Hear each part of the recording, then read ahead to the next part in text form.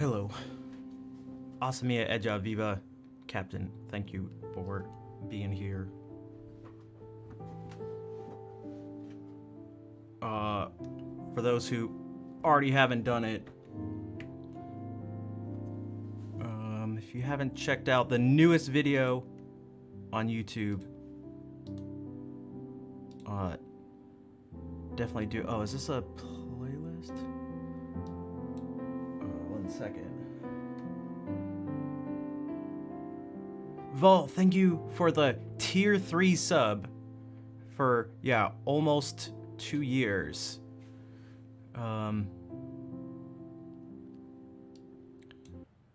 What? Okay, I think I know what happened there, but what if I do this? I think this just brings up the video, yeah.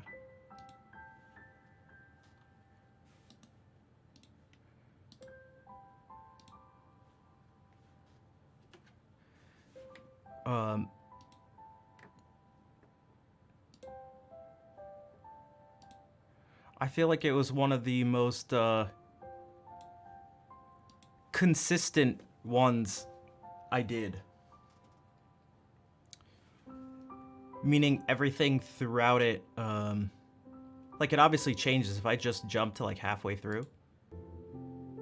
Whoa. That's jumping halfway through and it still has the same stuff kind of going on.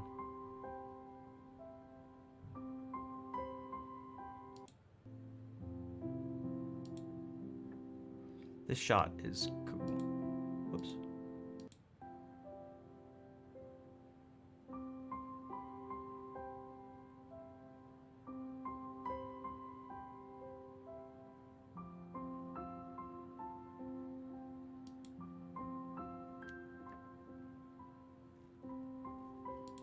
I wonder if I should make like an extended version. I did that with one of the other videos where I just looped it so it went for an hour. That was awkward, but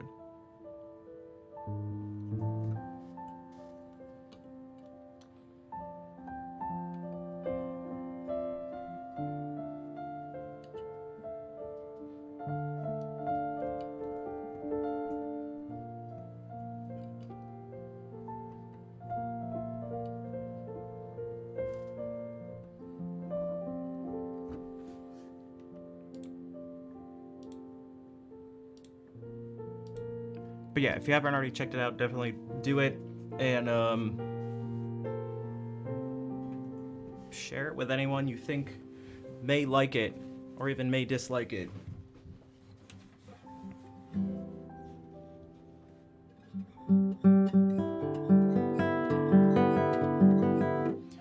this might have to be a somewhat shorter stream. I may have to end at like 6. I have some friends that are doing something for Halloween. I thought it might be nice to see some humans.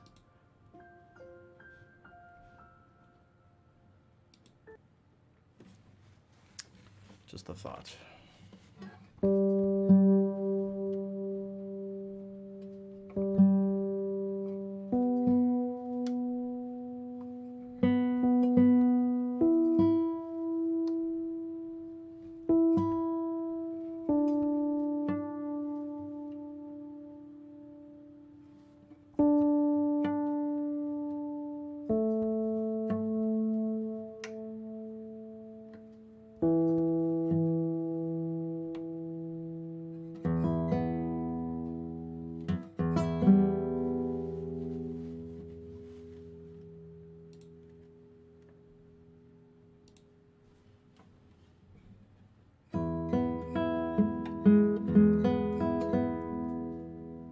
Wait, this isn't, yeah, there's definitely something up with my nails. I did them really quickly to try to do it before the stream started, but, so you know what I'll do? I'll go back. This is the video from the beginning for now. Let me do this.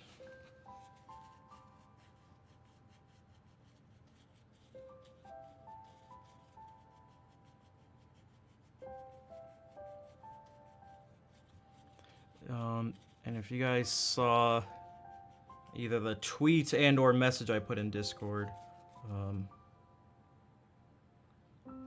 Ed just sent a video of a Tom and Jerry thing where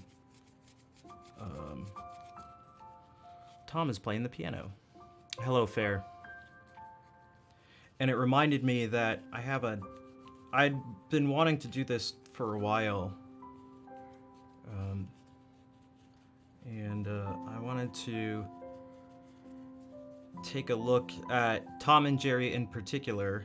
It would really work for any cartoon where there were like no voices and instead it was purely, and not even really sounds, it was just like purely music based. The music represented everything that was happening.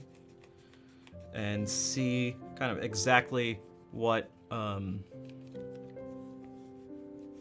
going on with the music that makes it work, because it definitely works.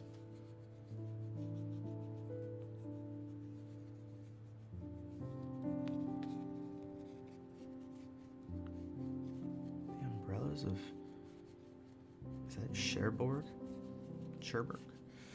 I am not familiar with that. I don't know what that is.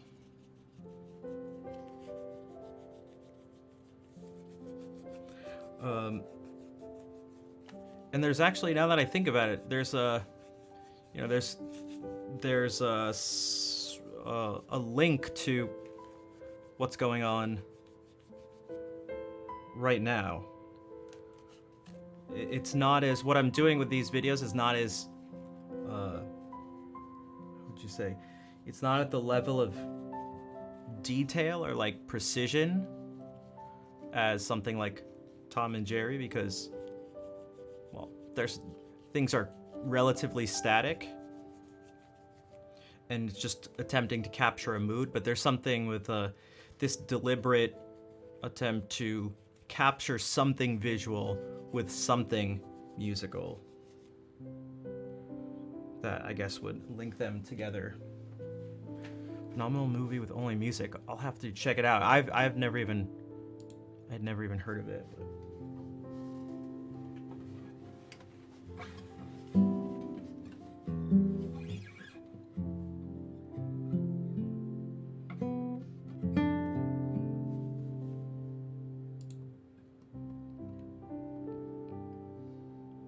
Okay, it is. Okay, it is French.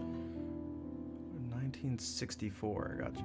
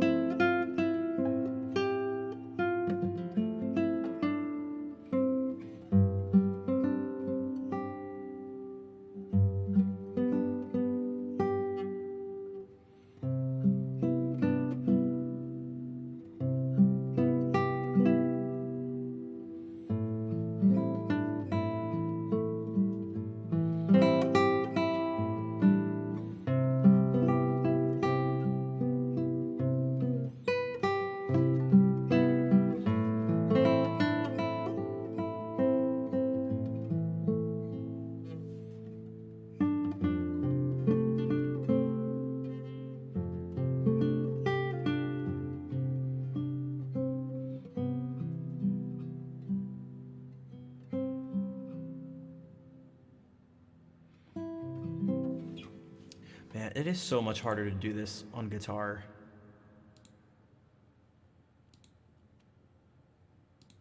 It's so easy to just like have something squeak or buzz or like get cut off because you have to jump somewhere. Like doing these, I mean, it makes sense. Doing things with like a thicker texture and everything being sustained, it's like, it's, like I wanted to do that. And if I start here and I'm not already planned to...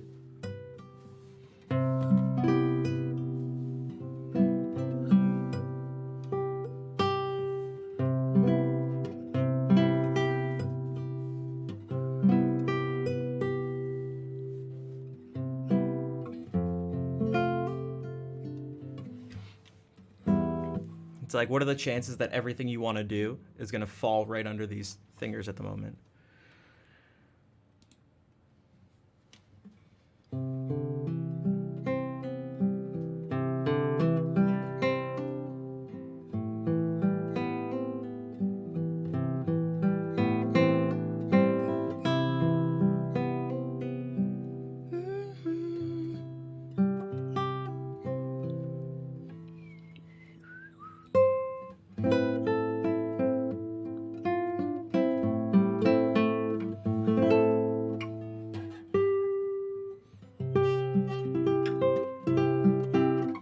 Yeah, there'd have to be like more planning or a different type of thing going on for the guitar because it has a really, I think, a relaxing sound to it a lot of the time. It can have that sound, but man, it is like, it's tough to improvise like that.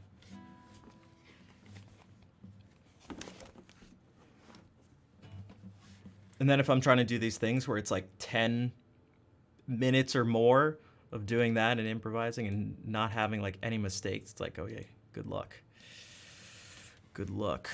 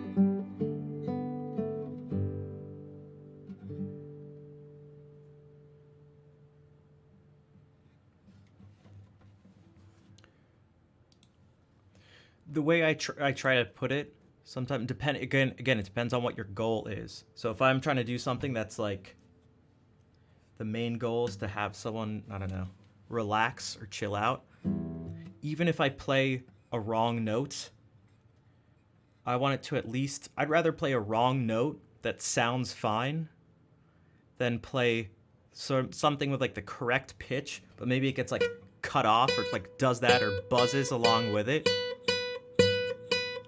Because then that just kind of ruins things.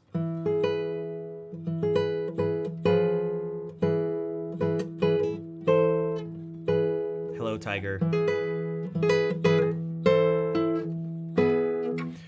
So, like, I'm aware that these things can, you know, outside of whether the performance gets judged poorly or not or something like that, it's just how it goes that it's easy to kill the mood.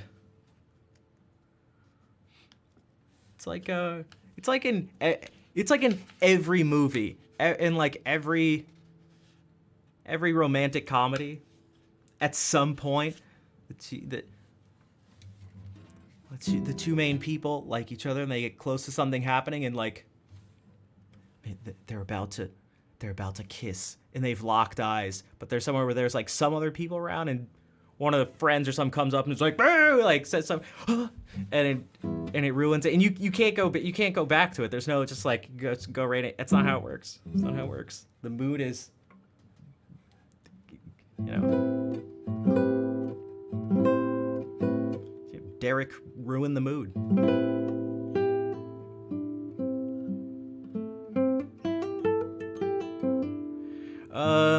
Scotty, I was making an analogy to the mood of a piece being ruined.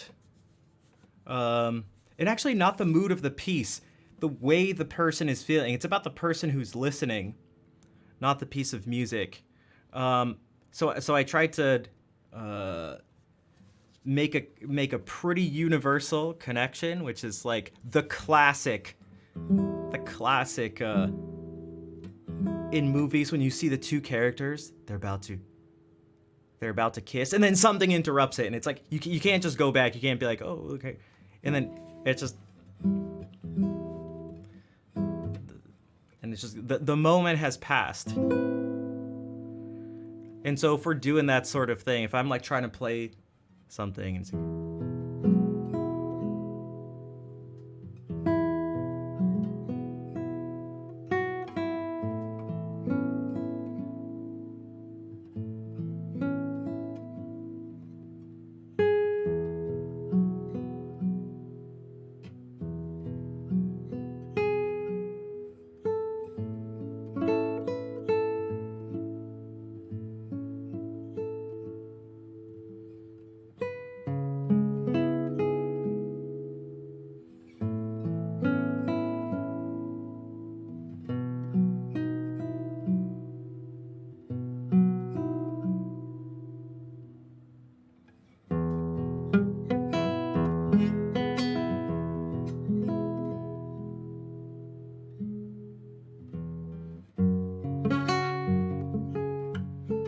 what the.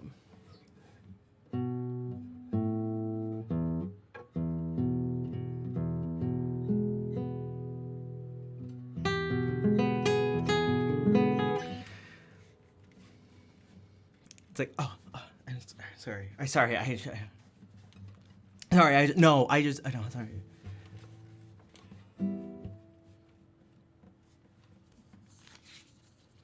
So these Andrew York pieces are deceptive in their difficulty, because if you want to keep, and if you want to really keep the mood going, it's tough.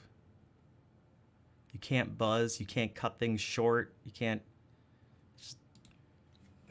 It's way more than just the notes.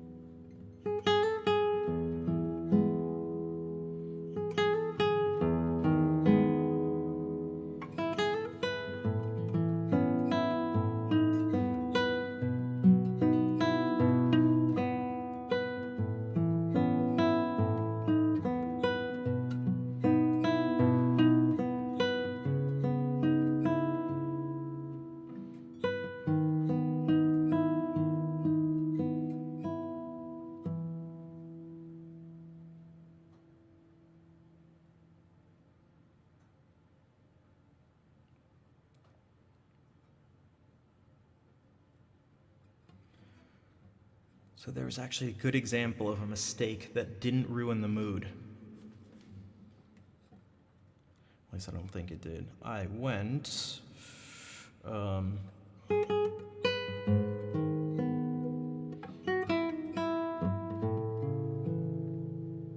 So instead of going... I went... This E is part of this chord. In fact, it's more consonant. It's less dissonant than if I had done this.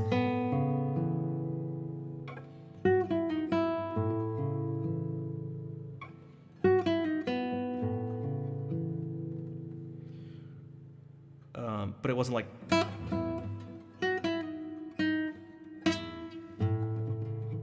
So it just, things kept flowing along. But it requires a ton of focus doing the if there's another place where this gets particularly tricky. If we go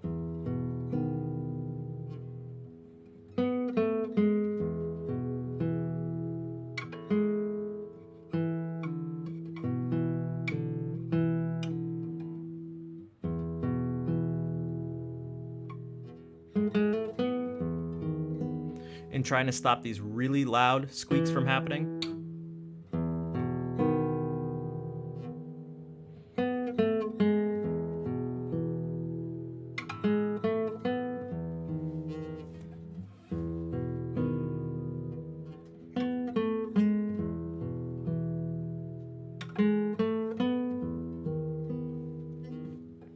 It's not simple. This also happens a lot in this piece. You just have to be super careful with just everything you do.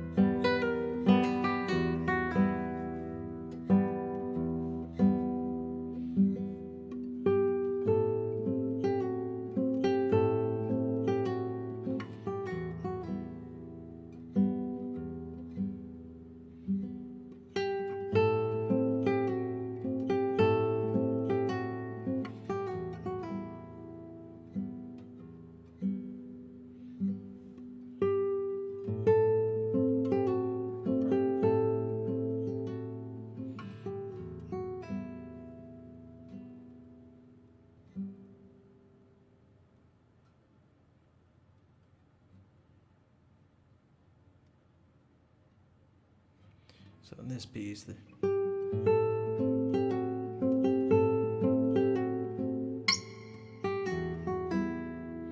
that's if I just am lazy and I just move my hand over.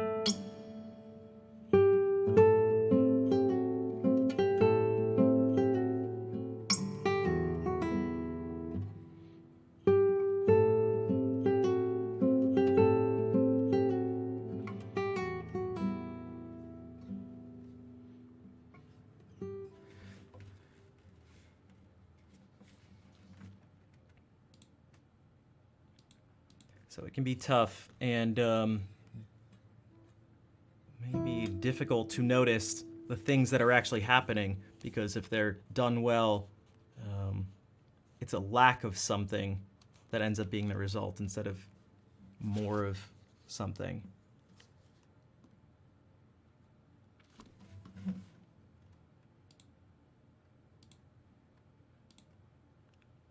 Same thing with this Andrew York piece by Candlelight.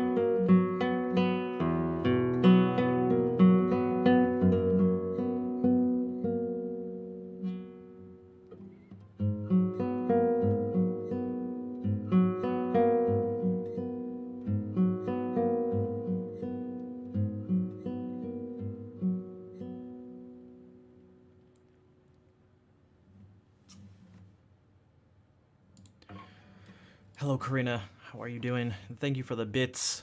Also, HQ, nice to see you. Kudo, what's up?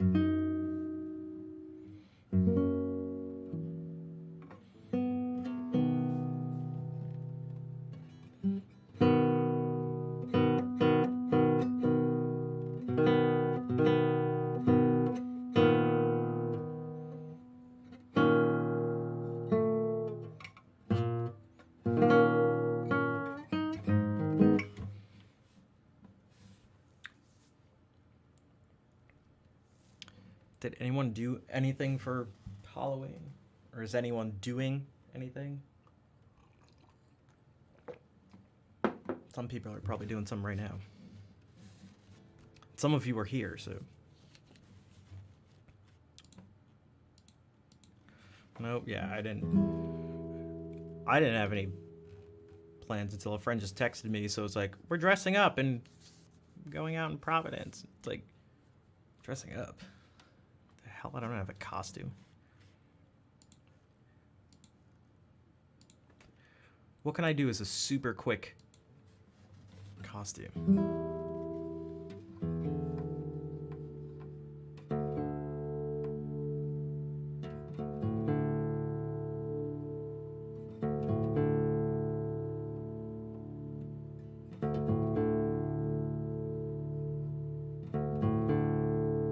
I don't even have an eye patch though. I mean, I guess I could buy one really quickly, maybe. Just nothing else. Just an eye patch and just normal clothes. I'll just wear this with an eye patch.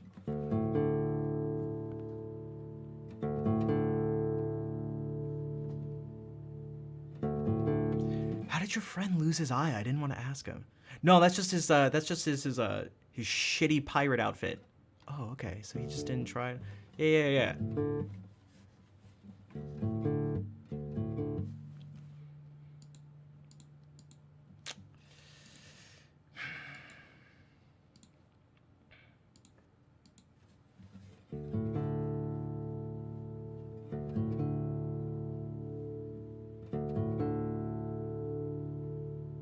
I could do that.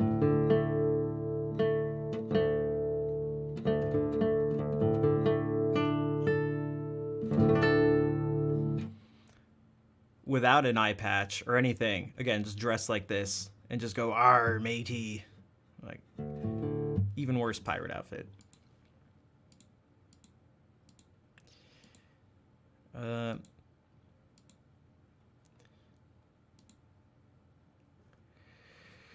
Yeah, oftentimes, well, that quote basically just says what I was about to say. Sometimes the only thing that can cheer me up is just something really stupid. So I try to. But sometimes I'm like not even in the mood to be cheered up. I don't even want to.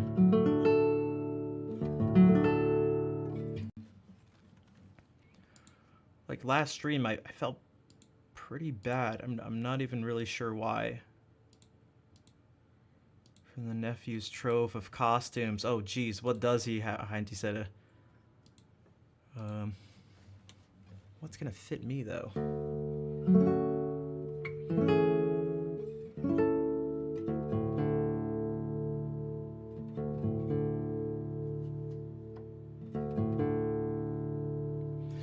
Yeah, you know what I thought? So I've been watching this event, this thing on Twitch called Z Event, and this is gonna be really loud. And it's like people ask about goals and stuff like this. One of my goals would be, these things aren't really clear. These things are difficult, and so when I see them or when something does get achieved or something like that, I can articulate it, but it's not so easy to just be like, what do you want? It's like, it's not that clear. It's like, how many viewers do you, like, what do you want? And like, I would love to be part of an event like this. I don't know how to say this name. Anfi. Welcome to the stream. Thank you for the raid. I'll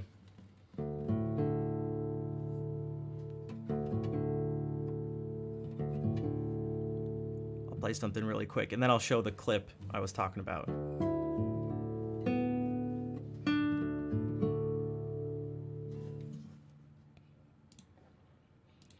Super hype raids.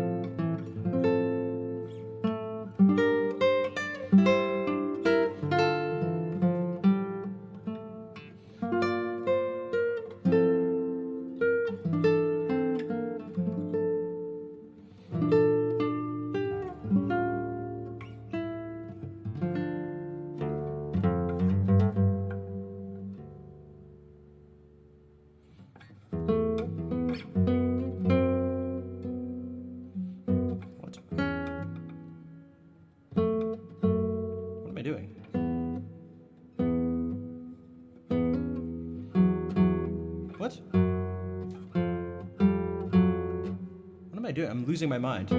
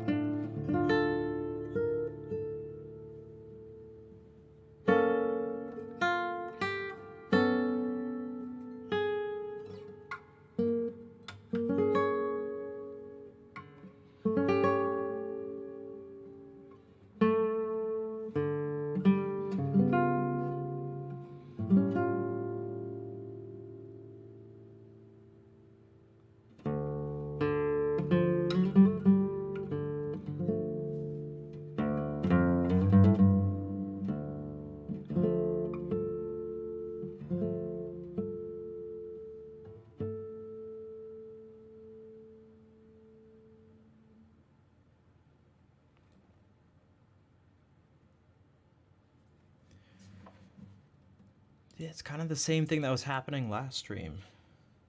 Where my brain just blanks out. Like, I've literally never done that before. I just...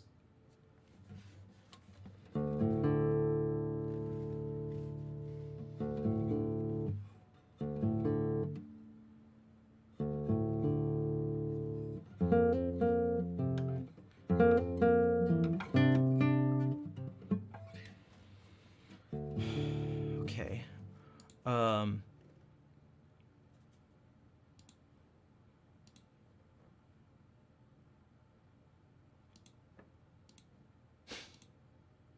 right, let me see if I can do this, because that just threw me off. So I was watching, well, I had like, 5 different streams up, but I'd like to be part of something like this. This joint is fizzling, it's sizzling right. Dude wanna hate on us, dude need to ease on up, dude wanna act on us, but dude get shoved like flat shut up. Damn, chicks are digging down the cheek back seat when we in town. She like main on drunk, she wanna hit and run. Yeah, that's the speed, that's what we do, that's who we be. B-L-S-C-K-E-Y-E-D-P to the E and S to the S. When we play, you shake your ass, shake it, make sure you don't break it, girl. Turn it up, turn it up, turn it up, turn. This joint is fizzling, it's sizzling right. Hello, Jack.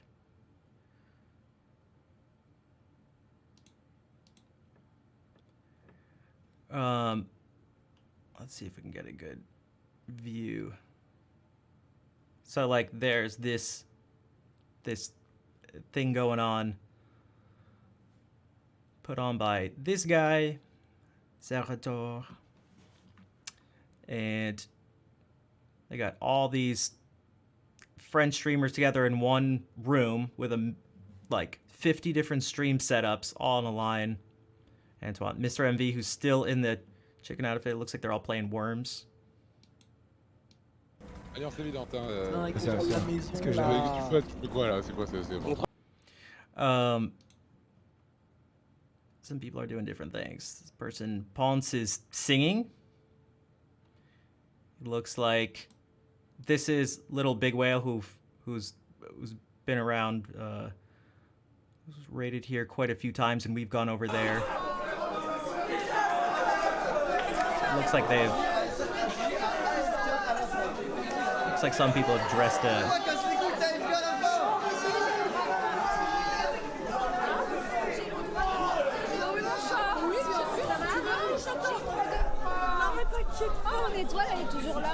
and they're raising money for a charity, which is Action Against Hunger. Right now, it looks like they've raised £7.2 million this weekend so far. Yeah,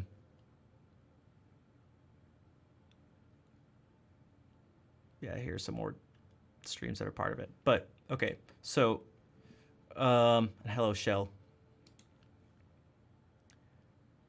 Like, that's something I'd like to be a part of. Not obviously, like, not specifically that. I mean, not that, but that's not what I mean. You know what I mean. And I feel like I can't at the moment.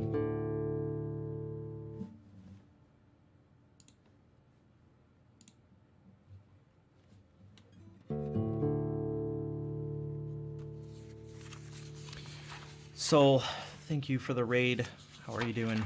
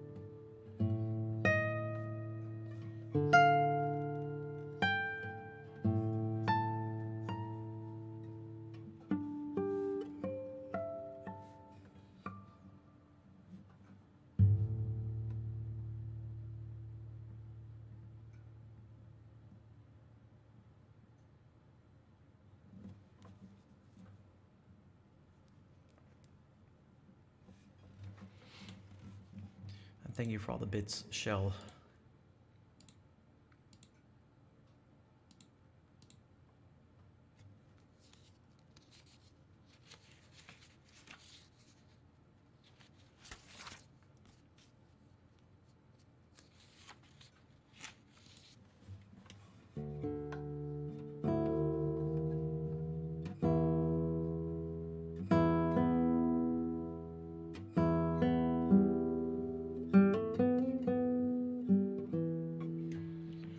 Maybe I can do this. Maybe I can. I'm trying to do some stuff to help grow the stream and just the presence on other platforms too. But I need all of your help because I'm not really sure what else to do. So I put out a new video on YouTube yesterday. If you haven't checked it out, I would greatly appreciate if you do. If you haven't already subscribed there, that would help too. And also spreading the word on Twitter and Instagram, because like just no one's seeing anything I do, so it's not really helping. I'm not really sure why. I don't know, maybe it's just like not good or something, but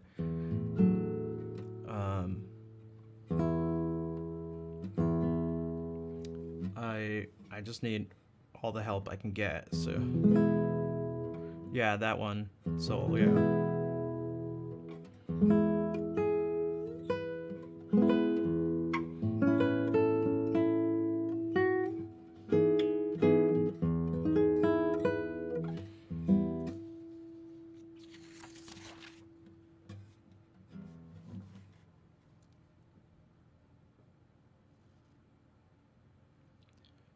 Costco, thank you, and thank you for the bits. It is hard. I've been trying for almost at exactly 4 years, and things are actually shrinking, which is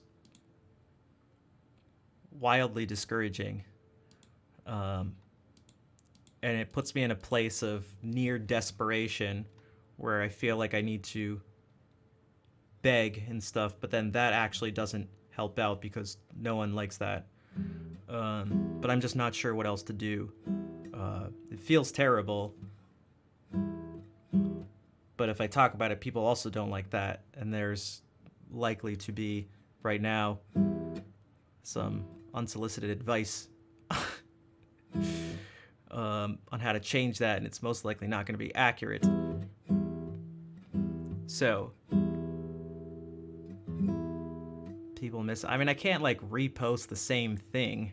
I don't think. It also. Hello, Justin.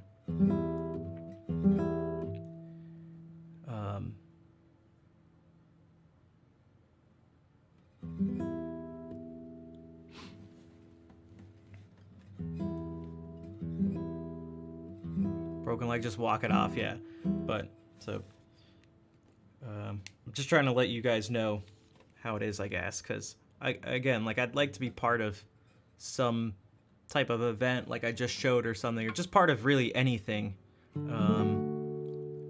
I just don't think I don't think people care enough. Like I'm not like big enough or popular enough or.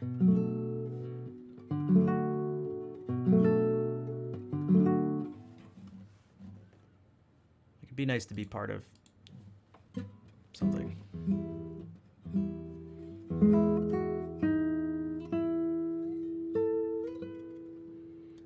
I just got a new phone, so I could post stuff on TikTok.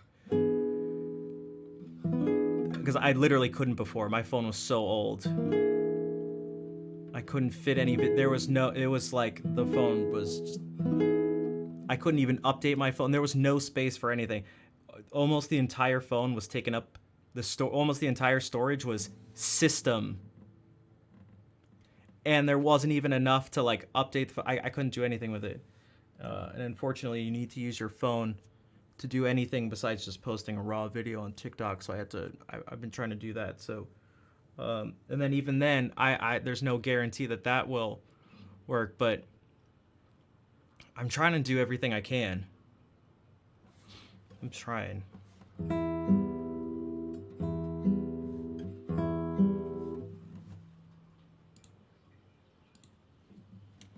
Hello, Tanya.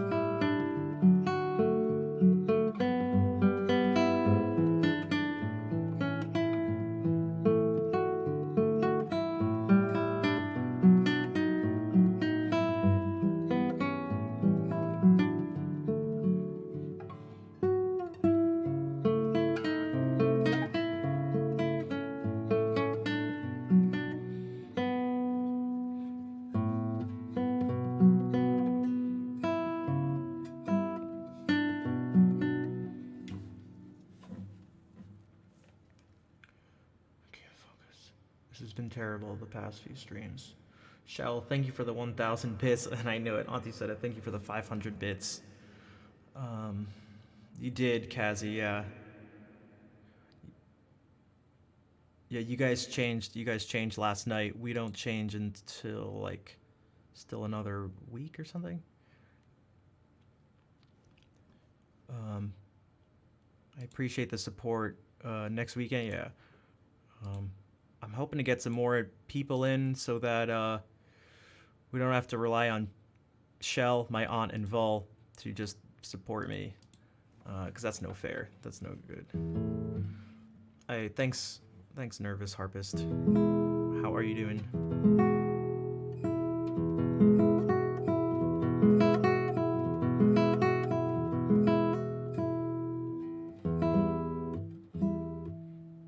Let me try this again. Dude, this is...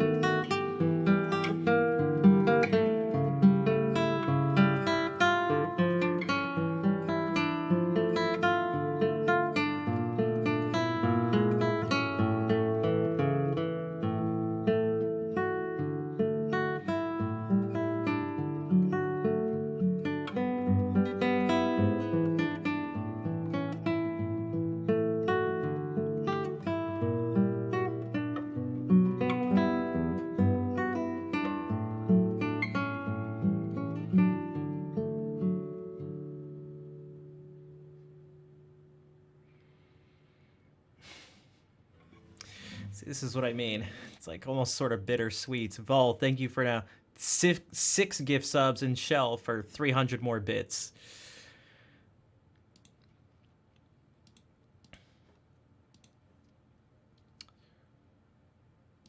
there anyone out there, especially anyone who hasn't subbed already? That is like one of the most major types of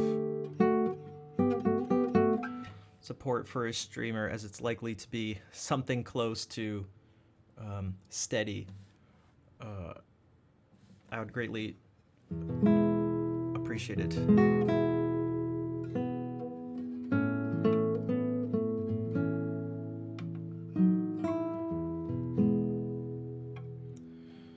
The family driving you was in a bad mood and wouldn't let you go.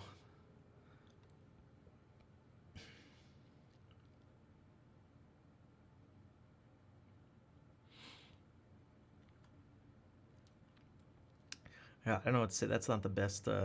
That's sort of a strange situation. Also, Scotty, that's a good point. When the person's excuse, it's not even a good excuse, actually wouldn't even work.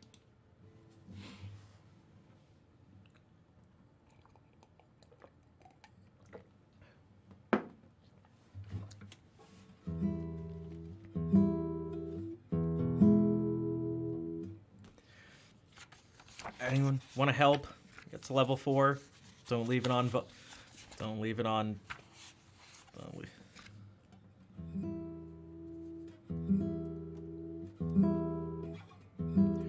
You're blind, so you can't drive a car. No, that part makes sense. Like, it's just someone being like, "Nah, we're not gonna have you come. I don't feel like it."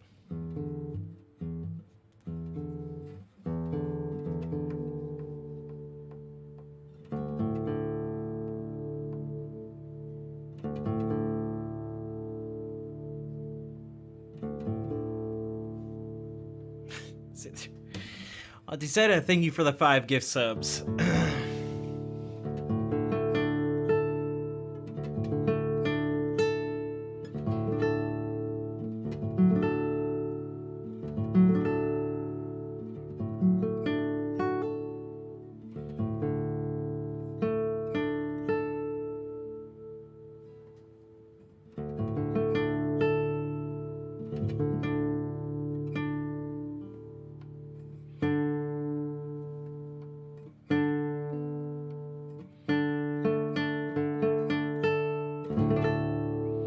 Fair, thank you for helping out. Thank you for the 100 bits. And Vol, thank you for 2 more subs.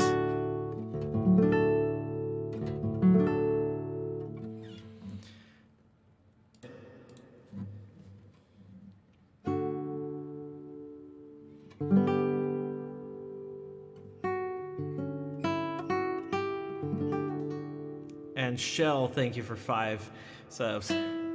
This is...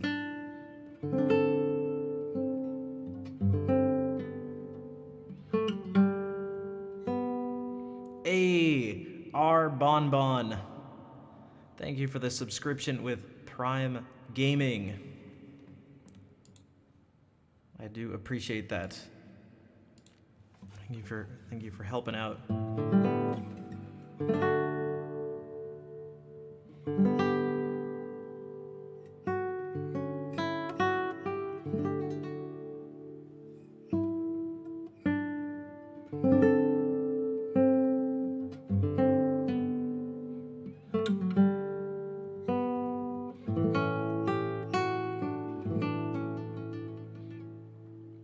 Thank you for the 2 subs.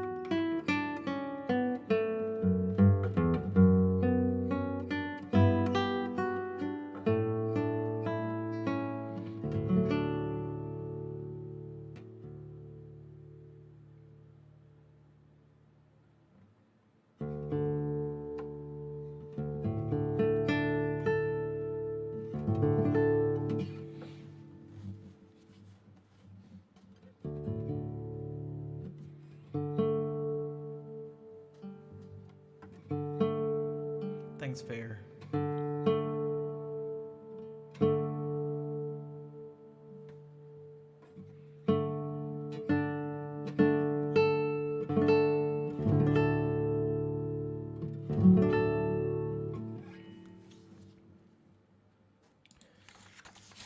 Anyone else out there to help?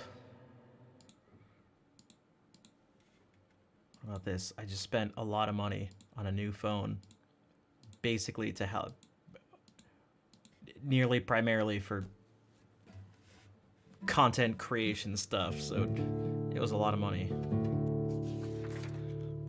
Not to mention that in combination with the large medical bill for my stupid tooth stuff is gonna be, well, a lot for me.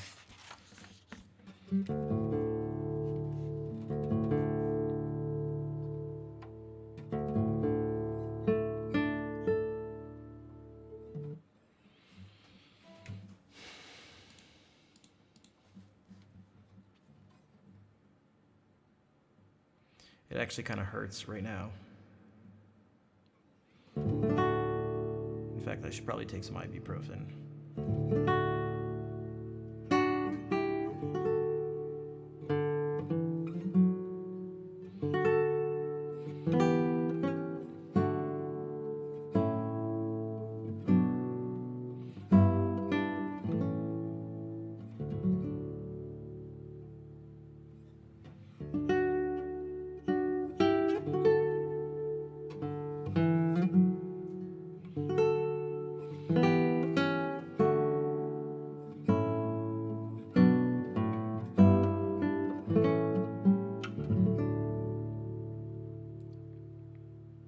Kuro, thank you for the 250 bits.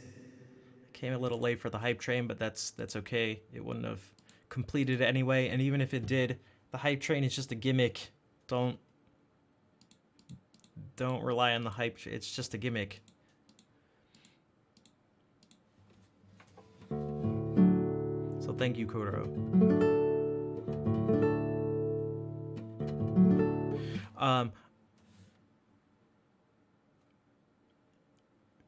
GC or BX. I'm struggling. It's I feel guilty for not being like I just feel terrible and feel guilty, which makes me feel even worse for feeling guilty, for feeling bad about not being like, oh, like I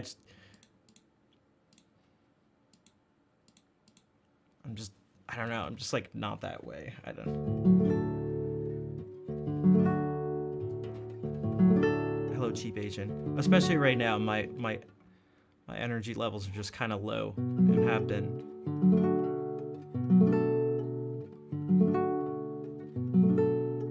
Well, I appreciate the support, but I don't want people to think like, I saw it, Kuro cheered those bits, and I didn't want them to feel bad potentially for missing out on the hype train. I assume, I don't know. I don't know. I try to guess what people are thinking, and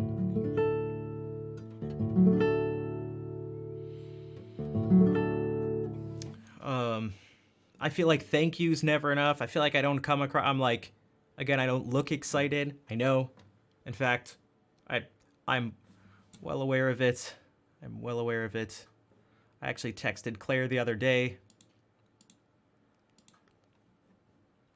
to watch the stream because I was like, I had to know how like bad I looked, because I can feel it in my face and my tone of voice and my body language and stuff.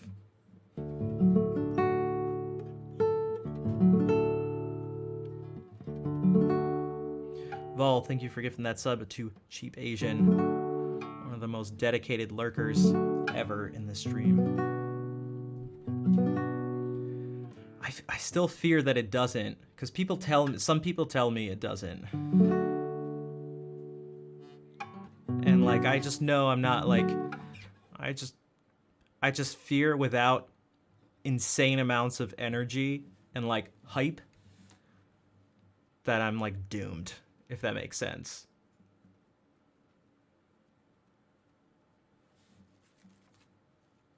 Fair, thank you for gifting that sub to Asamiya.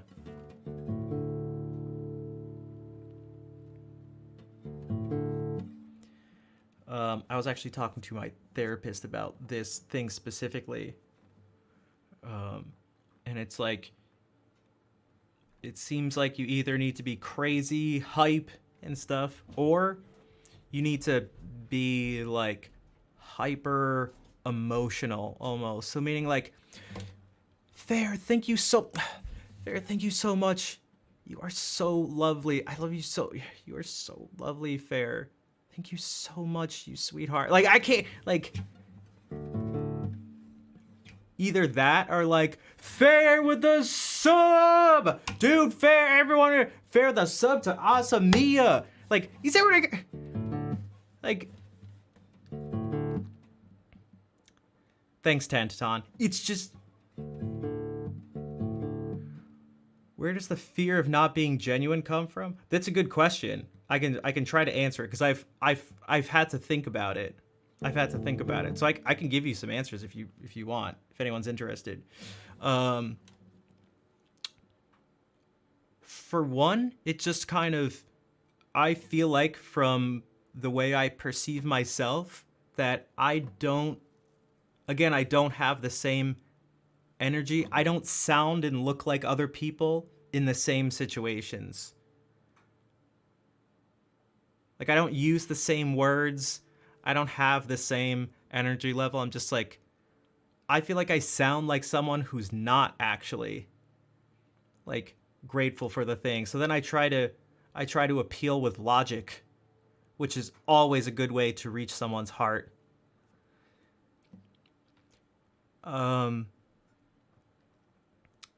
Where I try to put it this way. Gaz, thank you for the 6-month resub. Didn't you just No, Scotty, it's almost the opposite. Also, Shell, see this happens too. So how do you for help on the new phone? No fanfare necessary.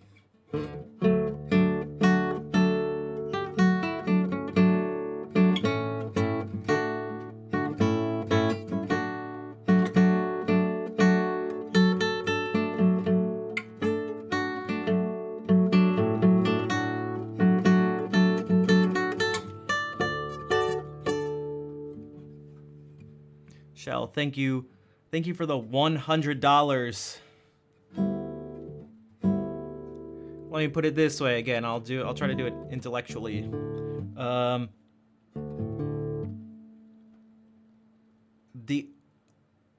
One of the main things that makes me streaming, because I ask myself sometimes, and other people ask me, it's like, well, why do you keep streaming? Almost as a somewhat rhetorical question, to be like, you should just stop.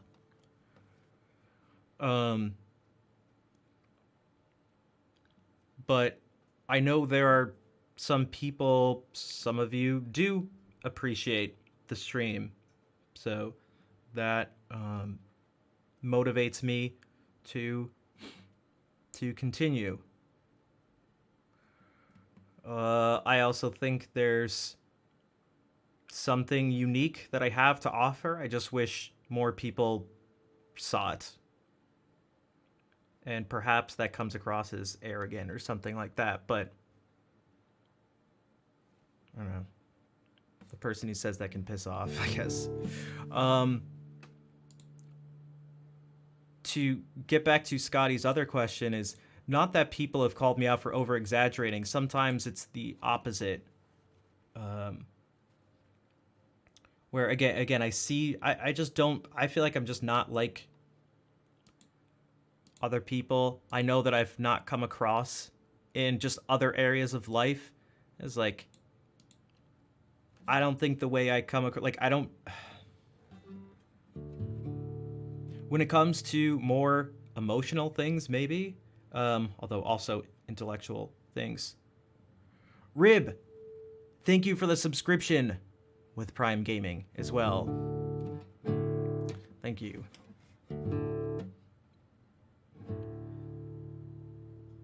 I guess I kind of feel guilty even doing these talks as people are subscribing. So, which is why I brought this up. I've brought this up before, and the percentage of people who are supportive in this stream, you know, the number of people who are subbed and stuff like that is actually quite high. The percentage of subscribers and supporters to average viewers is quite high. Which makes me think, and it's like it's just not quite cutting it in terms of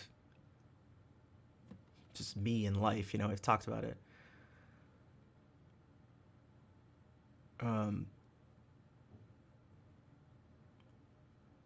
So the only thing I can think is to do more to spread the word and to get more eyes on the stream. Just like a friend of mine who's the head of this guitar guild in Rhode Island reached out to me because he's like, we're struggling to get butts in the seats.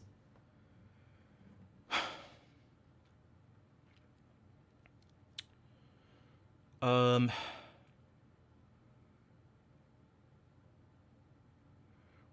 time. Maybe hey, if you're new here, people. As a retention exercise. Oh, like, hey, if you're new here, and you haven't already subbed or something, or you'd like to support the stream, something like that. Is that what you mean by hey, if you're new here?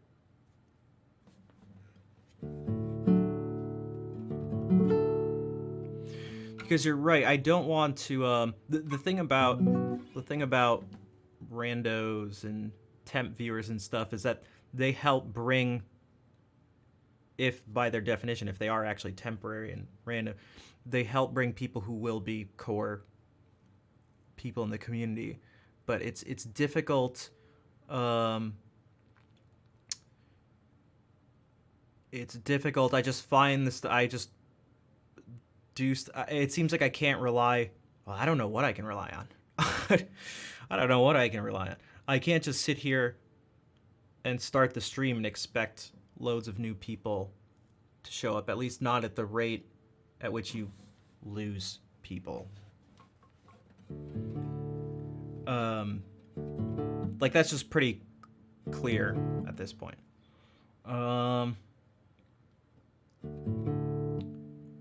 There's a few, because now there's a few things that have been brought up. Yeah, I mean, sometimes I worry about sometimes I do worry about disappointing the core people. In a few different ways, but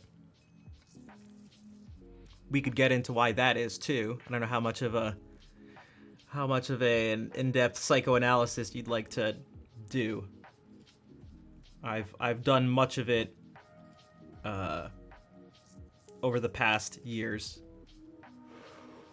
In fact, I've put in quite a lot of time and energy into it, because I really started to notice there's something quite off with me, and it's not in a good way. So, so again, the original thing. What was the exact? Yeah, so where's my fear of not being genuine come from? It seems like well, there's two things. One, it seems like there's a combination of a fear of being genuine not coming across. That's in terms of appreciation for things. I fear I wouldn't want someone to feel unappreciated.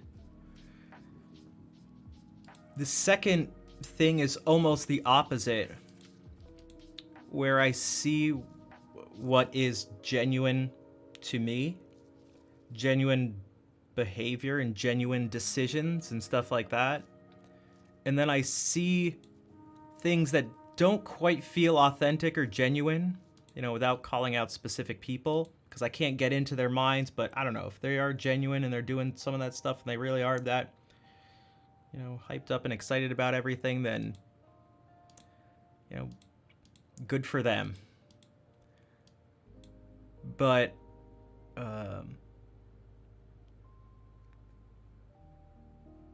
I fear that my genuine self and my genuine behavior and my genuine interests and the things that I genuinely like to produce are like just generally not what like most people want. The things I put out, so it's like, you know, maybe I'll post something on Twitter. Like I feel very much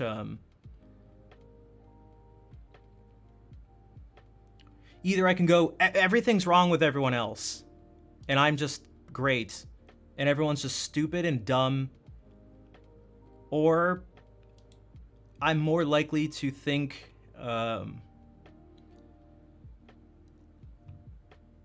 that the things I'm doing, just people don't have the, it doesn't give people the motivation to be like, hey, you gotta see this. Like, I feel like the things I do aren't like, you gotta see this. And so therefore generally aren't shared and liked and spread and stuff like that. And then that ends up having an impact on me and the channel and stuff in a few different ways. Some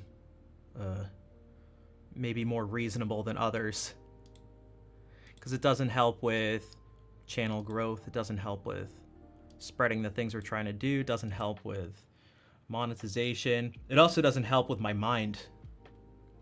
Because that's, I don't know if anyone's tried to stream regularly or really just do any, I don't know if anyone's tried to like build something before, build something personal. It doesn't have to be streaming. This is not specific to streaming. It's not specific to content creation.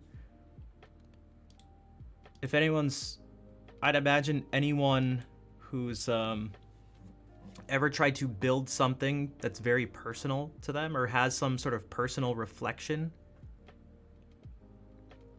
Maybe you try to start a small business and sell something you like to create. It's difficult to see maybe that business fails. Maybe the person literally just runs out of money. Maybe they have an actual physical store or something like that and they can't do it. And it's difficult to not have that have an impact on you as a person. At least for me it is. And it seems like for a lot of other people, just in case anyone's like, just don't worry about it. Just don't let it affect you. It's difficult to put something out and have it essentially be largely rejected, right? So then it's like, I've thought about it this way before, that it very much feels like almost like asking someone out and just being rejected. But it's like constantly. It's like constant rejection. And that becomes really discouraging. And it's easy to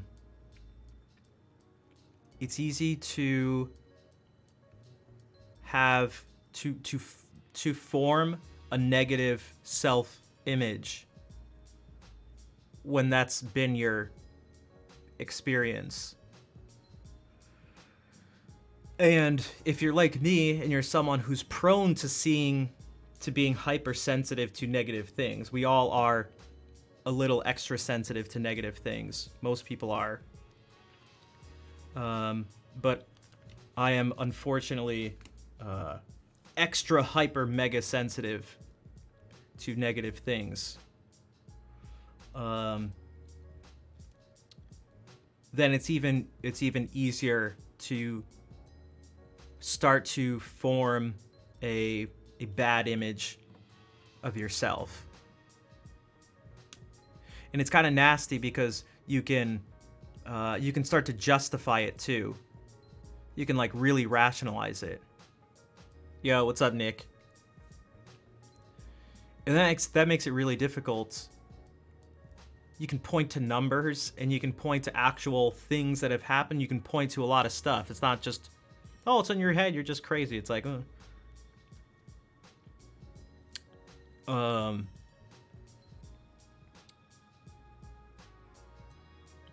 So yeah, I don't know. I feel like I don't know what I'm even supposed to be or like supposed to do. When again, getting back to Scotty's original thing about like this fear of not seeming genuine.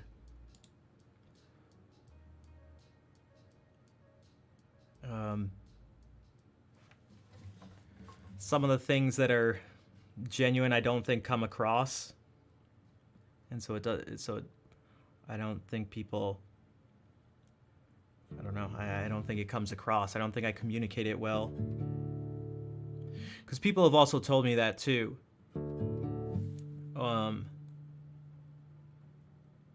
There's like this sort of thing. Okay, well, if you're I apologize for all the pauses and ums in my speaking as well. If you're doing this thing, oh, that's somewhat ironic of a message, but okay.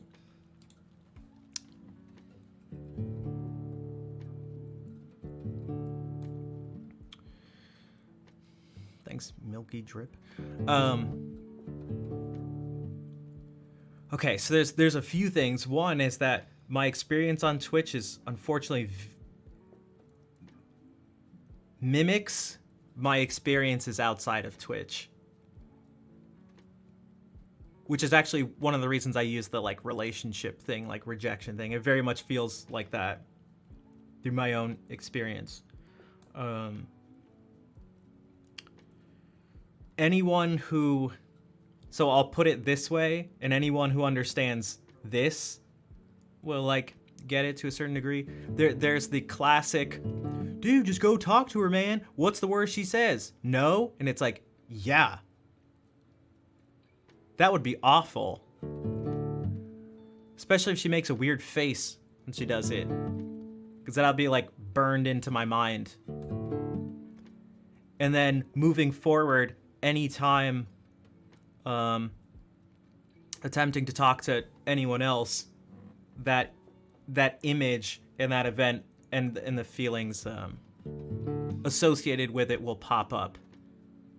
And I obsess over things a lot. So like, I have like, as I'm saying this, I have very vivid memories of these things already popping up from like literally some like more than 10 years ago. I can remember very specific moments of rejection.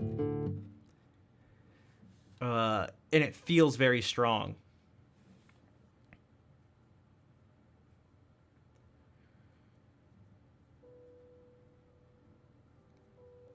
So seeing this pattern with streaming and how it just, the pattern seems to be the same as like these other things in life for me, is almost solidifies and justifies this this negative self-image or something. It's like, see, it's happening again.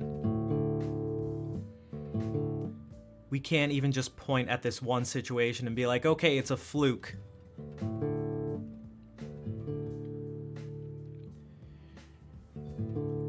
What I was gonna say before that was that I've been told before by some different people at different times in different ways something along these lines.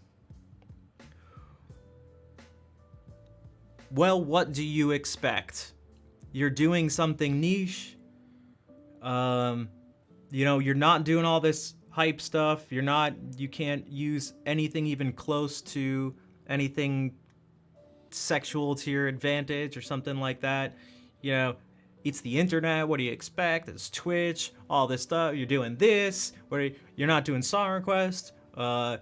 You get really sad on stream and stuff, and you push people away. What do you expect? What do you expect? And it's like, I don't know. It's not that I expect anything. It's not that I'm even confused sometimes. It's just like, oh, it just sucks.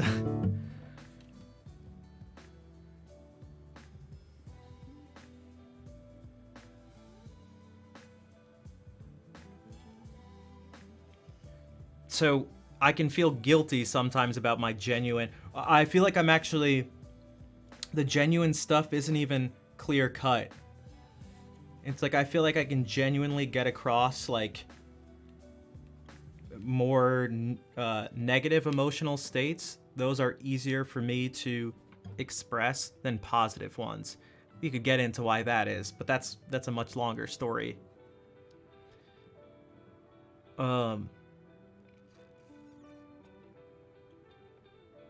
So I simultaneously struggle to express the positive stuff and excel at expressing the more negative things. It's like, well, great. So you're just like a walking like shadow, dark energy coming off you.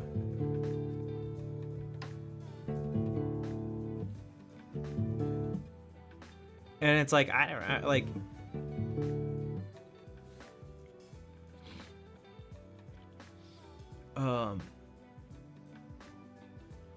it sucks because like I don't want to be that way, but I really can't fake it, which I guess comes back to the not feeling genuine when I thank someone for something, because it's. Oh, I thought you were calling me a robot, but you are a bot.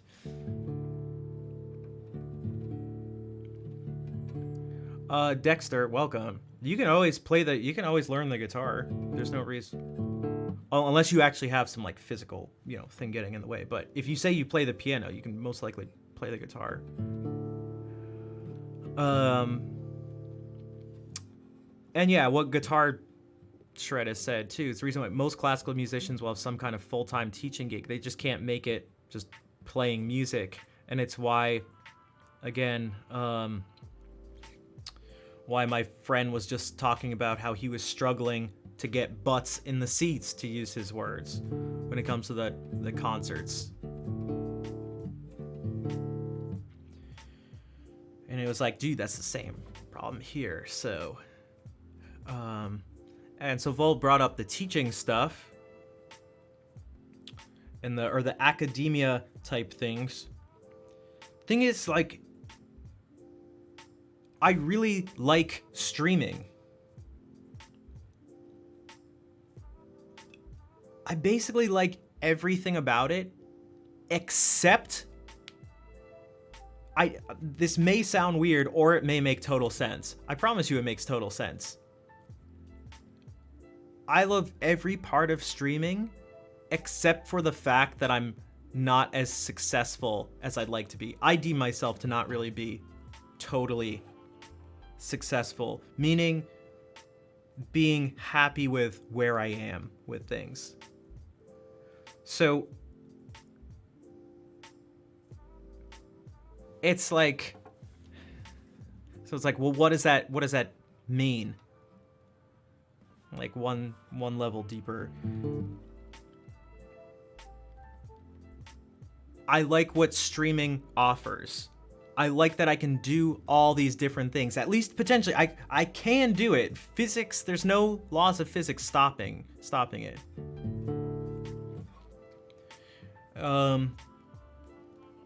It allows all sorts of things. It allows a lot of freedom too. But the laws of monies, yeah. It's like the only thing wrong is something that's not like inherent to it. It seems to be that just like not enough people like what I do to actually be able, for me to like actually be able to do it. Like long term. And that in and of itself is like kind of depressing. Also, I fear that anytime, because I've said that a few times, and I fear that people listening who do support the stream maybe think that they're not good enough, right? I struggle to clearly articulate these ideas, but I'd hope that you guys understand what I mean by this, which is why back in April or something when I did my taxes, I thought, oh, this is maybe a good way to put it. I don't make minimum wage. That's what I mean by not enough. And so then it's like, if you think that's still enough or something and I should be able to live and support myself like that, it's like, okay, that's different. But if you don't think that's enough for a person, and I am a person who doesn't even have that, then you must think it's not enough. And it's easy to be kind of like overly idealistic about it and being like, even if there's one person who likes it, that should be good enough to sustain you. It's like, okay, well, it's where my joke of I can't pull up a Twitch VOD to the person at the cash register at the grocery store and show them all the heart emotes and claps and kind words and then walk away with my groceries without paying them. I can't go to the dentist in a couple weeks and, you know, again, do the same thing and have them be like, okay, yeah, no, we'll still do this. We'll still do this for you. It's just like, and these things are very real. Like, you know, eating, the pain of this tooth right now, which again, I forgot to take the ibuprofen. Like, those things are not, they can't be denied. These are like really basic human things. Food, shelter, you know, pain relief, things like that, like health issues. So I have to think about them.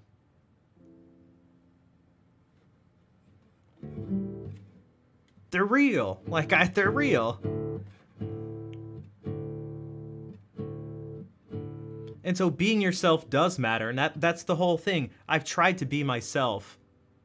I would love to just be able to be myself and have that work. But that's where I feel like, I feel like I'm being myself.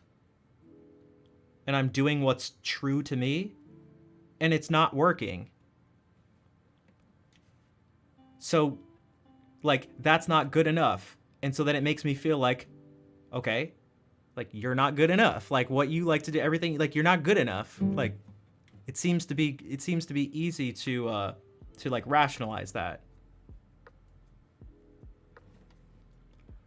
Nearly, almost in a way that's like free of it's just like, you're just not good at like you ain't got it, kiddo, like in that sort of way.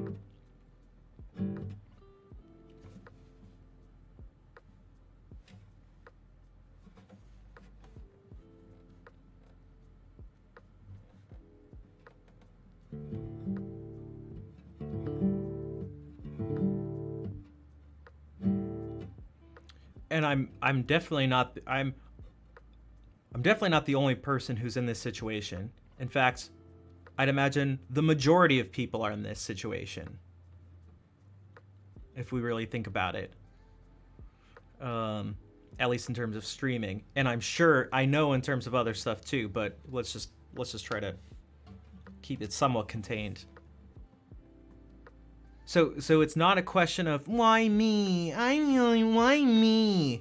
It's like, let's be super clear about this. Let's be super clear. I was talking to someone in private about this. They felt bad because someone was like complaining about stuff. But the issue, and I said I had to make this very clear, and I think I do a good job of it. I think I do a good job.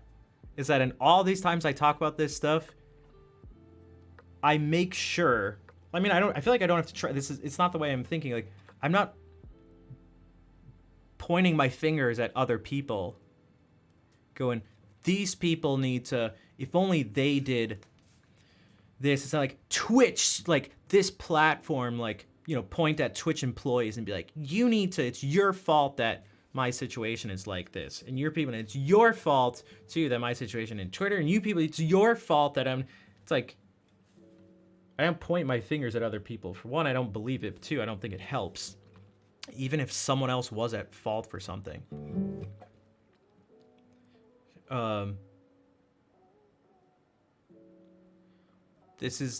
These are always just like my attempts to explain where I'm coming from, or to answer a question like Scotty's question, which is, it was one line, it was one question, but it was not a simple question. It was not a simple question. Man,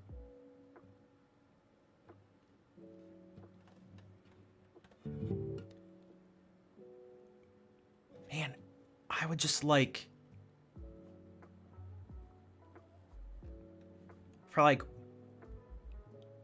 for once to find like some place to actually like succeed and like have a thing work out.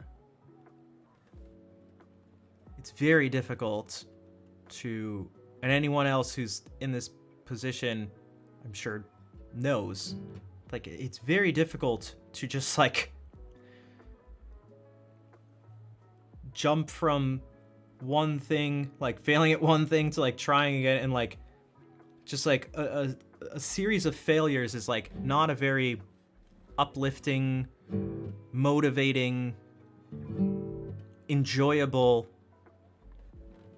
experience. Like, sure, I don't know, you can still learn a lot or something, but it's like, doesn't feel very good. And I don't think it's very conducive to feeling great about yourself either. No, it's definitely not the only thing that would matter or have an impact, but it definitely doesn't help.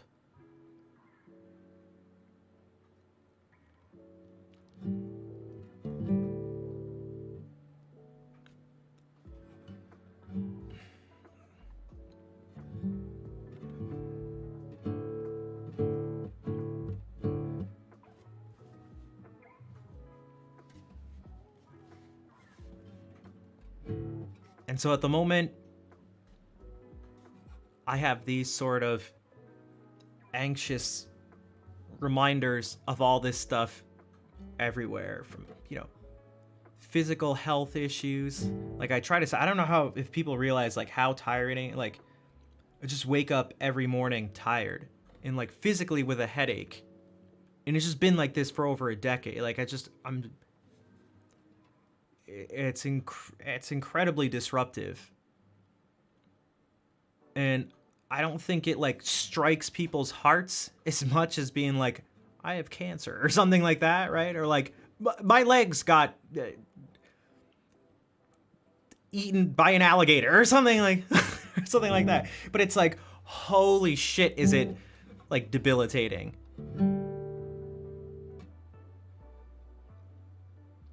And so I'm spending time trying to fix this stuff, but it's in the meantime, for one, it's taking forever, and it comes with all its own challenges, but it's not helping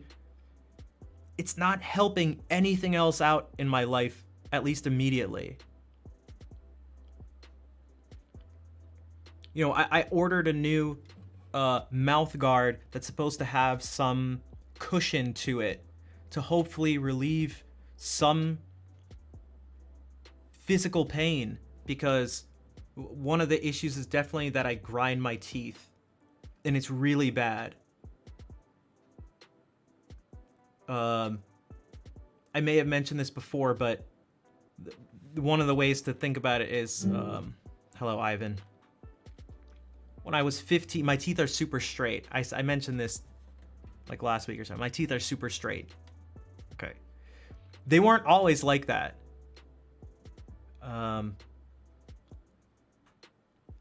It seemed to have happened really fast. Maybe around the time of like puberty or something. Because when I was 15 and went to the dentist, all of a sudden she was like, you grind your teeth really badly. Your teeth look like someone who's in their 30s who grind their teeth badly. And this was when I was 15. And she's like, if you don't wear this mouth guard and wear it every night, when you are in your 30s, you won't have any teeth left. And there's really not much I can do about that besides protect the teeth. But if, in terms of the actual clenching and stuff, it's super extreme when I sleep. So, you know, I went to the dentist recently, which is when I found out I needed this root canal. And she was like, you grind your teeth in your sleep, don't you? And I was like, yeah. And she's like, and you probably don't really wear your mouth guard? And I was like, no. In fact, I've worn my mouth guard every single night since I was 15, as long as I wasn't like sleeping in an unexpected situation. Or maybe I was like partying with some friends and like passed out on someone's couch. But besides that, without exception, I'd never, ever, ever, at this point, it's like something I just need. I feel so uncomfortable. I don't forget, sometimes every single night. And she thought I like never wore it. Probably because she saw how much my teeth had been shaved down. But that was just saved from when I was 15. How much they'd been shaved down up to then. But again, this is not, it's not about my teeth, but it's about like this pain that it's probably causing. I can't really do much about it. I'm trying to do something. Again, I ordered this thing, but I ordered it like a week ago. The impression kit is going to have to be sent in. I'm going to have to do that, send it back, get this thing, and then maybe it'll do something to maybe help. But in the meantime, it doesn't do anything for this. You guys don't see it. I don't even say, nothing actually changes, but these are steps. Like, taking these steps are like,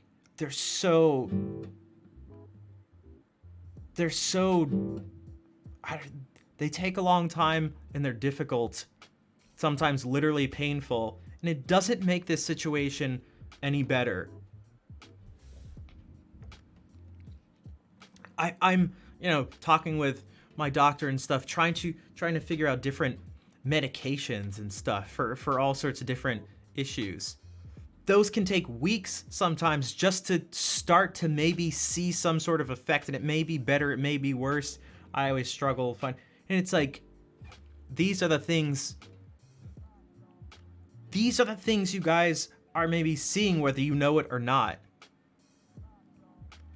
I'm sure most people here don't know it, because you'd have to like be in the stream all the time to hear me do one of these talks or something. If not, I look normal. Relatively normal, I hope.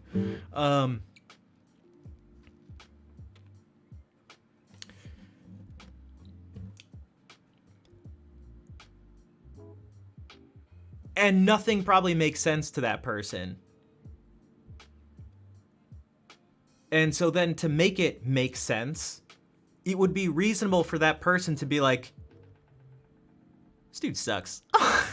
It's like, shut the fuck, like, shut up.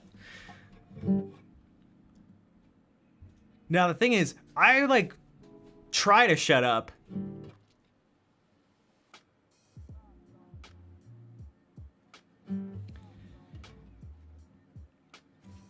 But just because I'm not saying something out loud, it doesn't mean these things like aren't having an effect on me. And you see that maybe it comes back to like, maybe I'm like really worn down. And so then when someone comes in the stream and it's like, play this and do this. Oh, I can't. Oh, sorry. And I try to be nice. Okay, this person doesn't know. No, I can't do that. No, come on, do this. Oh, dude, come on. And it's like,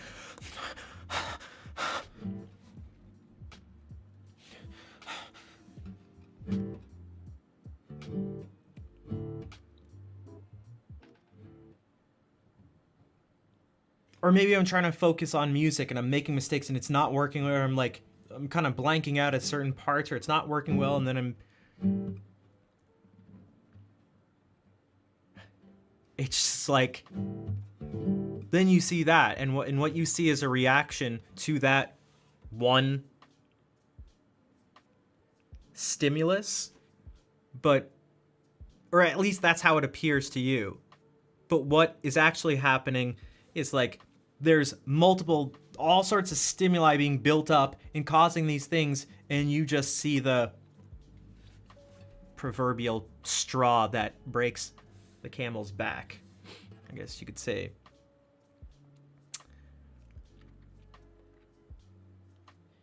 And sometimes zero jukebox, but yeah, dude, people get mad at me. Someone just the other day who was like, had actually been around the stream for a while. It wasn't about the jukebox thing, although people have called me out for that, but they just don't understand. But and then I end up feeling bad because like, I'm like pushing people away, but I don't want to push people away from the stream. It's like but then if I don't call the people out, it creates, not even call them out, just like, if I don't give into it, I feel like it creates and you don't do something right away, then it starts to create chaos and stuff. Maybe a mod says something and then they're like not listening to the moderator, just other people in the stream. And everyone, if you try to ignore it, you can't, because people start to focus on it. So the best thing to do is to just like ban them as quickly as possible if they just don't listen to a warning. And some people don't like that.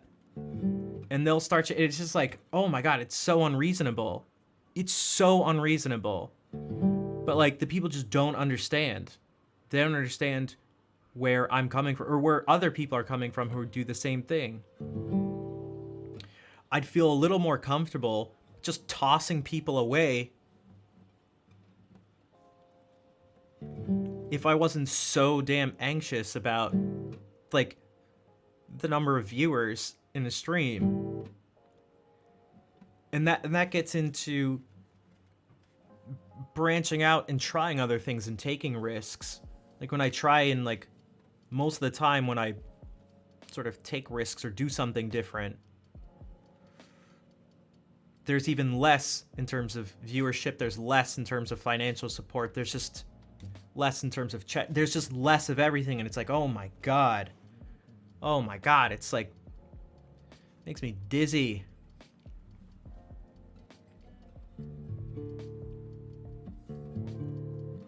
And then it makes me anxious, and that anxiety comes across on the stream, and then you get type delete. You did miss a bot popping in saying want to become famous, but like buy followers here. It did bring a little smile to my face. I gotta admit. How could that, come on, that's funny. That's a funny, like, no, I'm actually very surprised that no one yet has been like, why don't you just...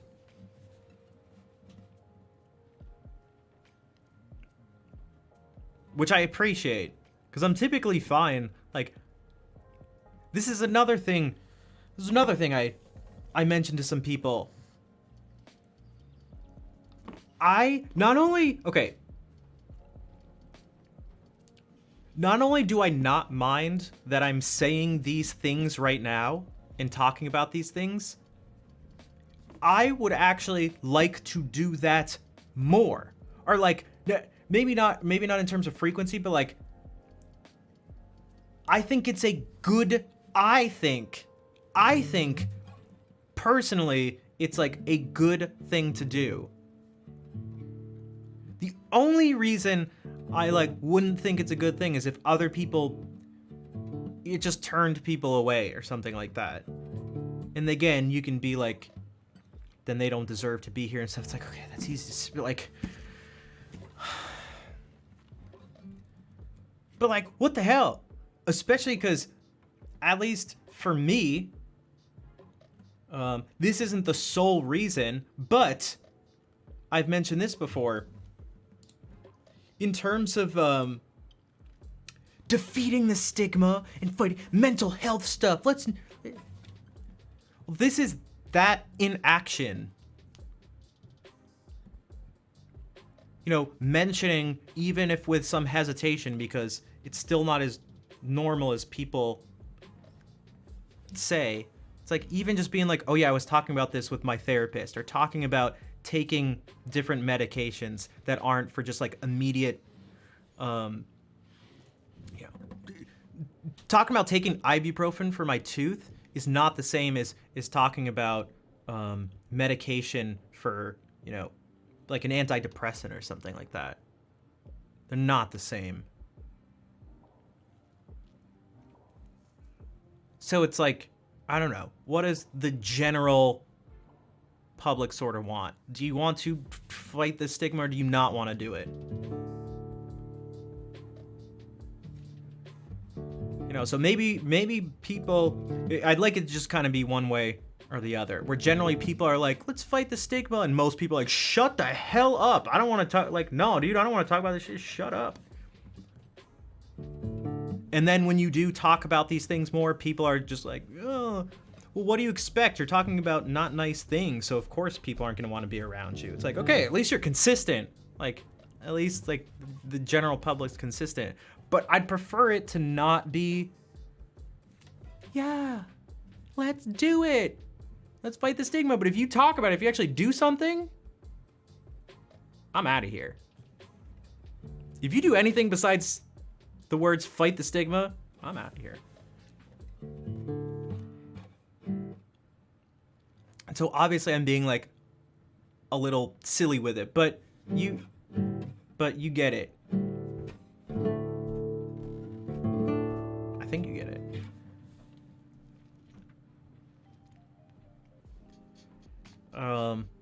Cause I don't know, that's just like the reality of my situation. That's just like that's the reality of my life. I can't really change it. So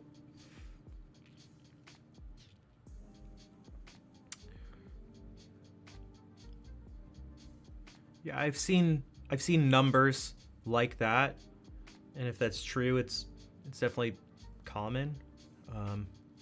I still think people don't want to. I don't know. Here again, in terms of like what's genuine and stuff, it's like still there's still something being produced. What I mean by that is like, it's not just talking about it. Like, I feel like people would be more receptive if I talked about these issues, but then was like just always positive about it or something. Like, this is the thing, like, guys, I'm going through like I'm really depressed right now, but it's not me. And I can tackle this and we can do it. We're gonna make it through it. We're gonna kill it. Like, that's like the like Richard Sage approach for anyone who's like seen Rich around. But that's like him. That's like really him. That's, I promise you, that's like totally genuine. That's not me. And like people respond better to that. It's like, yeah, hopefully. I don't know. I tend to talk about not nice things, but I don't know. I kind of just put it out in a sort of matter-of-fact way, for better or for worse. It's uncomfortable for me. Yeah, exactly. And especially if you don't leave them with that, like, but we're gonna kill it. Like, we're just gonna kill it. We're gonna do it. You're gonna do this, but nothing,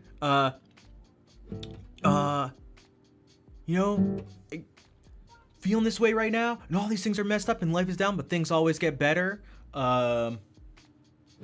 Things always get better. There's nothing you can't achieve. If we just keep on fighting, we're gonna kill it. Everything's up from here. It's just like all these things, but like, it's not that I don't believe them, but they're not things that I think, they're not helpful to me. Those types of things personally don't help me.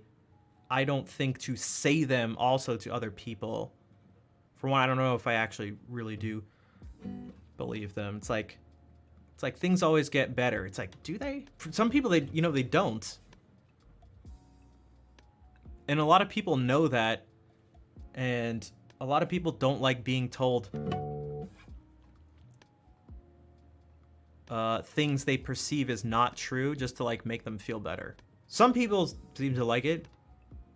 I don't know the percentage of people who do or don't like it or something, but I know for sure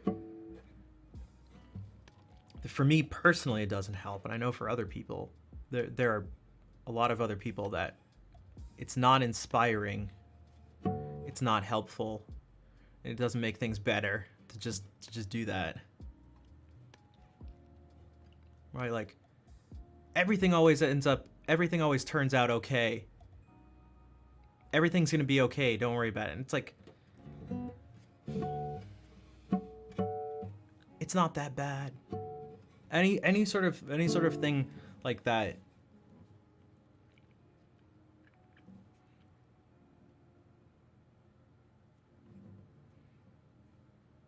I don't know. I tend to be inspired by uncomfortable truths. When someone just like hearing someone say something that you actually believe, for me, and I know it's not this, that's the opposite for some people, but for me and for other people, sometimes just hearing someone say something like this situation, maybe someone's like describing their situation. It's really like a brutal situation. There's some people that like, you know, they'll get like, it's gonna be okay, or like, you'll recover from it, all this stuff. I know there's some people who are like, would actually feel better by someone coming in and being like, dude, that's brutal. That sucks. Oh my god, dude, sometimes life can just be so unfair and so terrible and so, it can just be so rough for some people, and like it's like, dude, you're going through some shit. Something like that, like, oh my god, that's terrible. What you've just explained to me is horrible, like, holy shit. Jesus Christ, like, fucking brutal, dude, like, Jesus.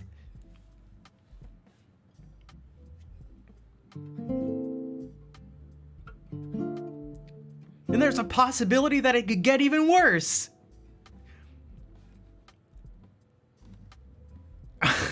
It's like holy, like what?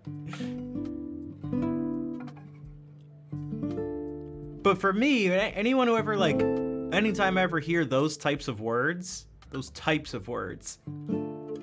it's like, yeah, they're acknowledging that the situation exists, but I also feel like I can trust them. Well, yeah, you don't know that things won't they could definitely get better, and they often do, for sure. I guess it's like, the certainty of whatever the situation is. Like, I don't know if we need to have that certainty that things are going to get worse or that they are going to get better. It's like, I don't know, it could get worse, it could get better. It could get better, then get worse. It could just change but not actually be better or worse in any way that you can actually measure. But there's some amount of like trust in the words and the messages of a person who seems to say things that line up with my perception of how things are going. And sometimes just that can be nice. There's like, I don't know, there seems to be something like real about it too.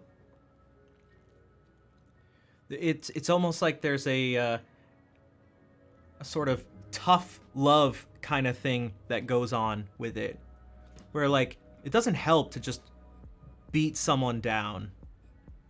Like for me, that's not tough love.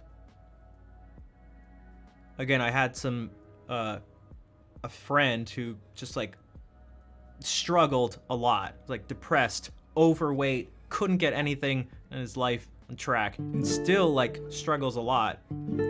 But some other friends thought like an idea of tough love was to call him fat and lazy, as if that was like somehow motivating.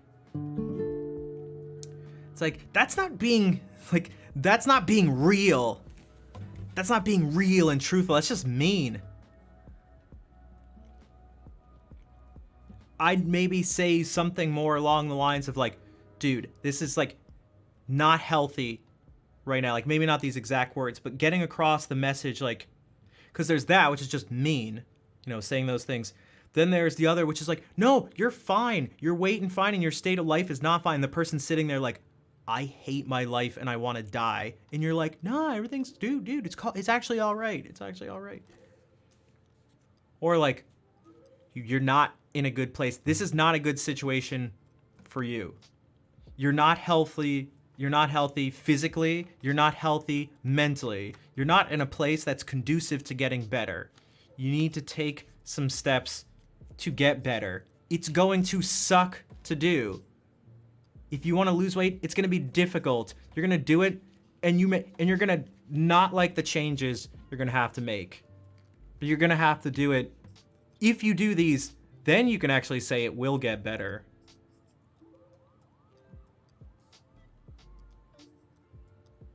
Something more along the lines of that, for me, has always been more inspirational. Like, okay, Rafi, you don't like the situation. And this situation sucks, so...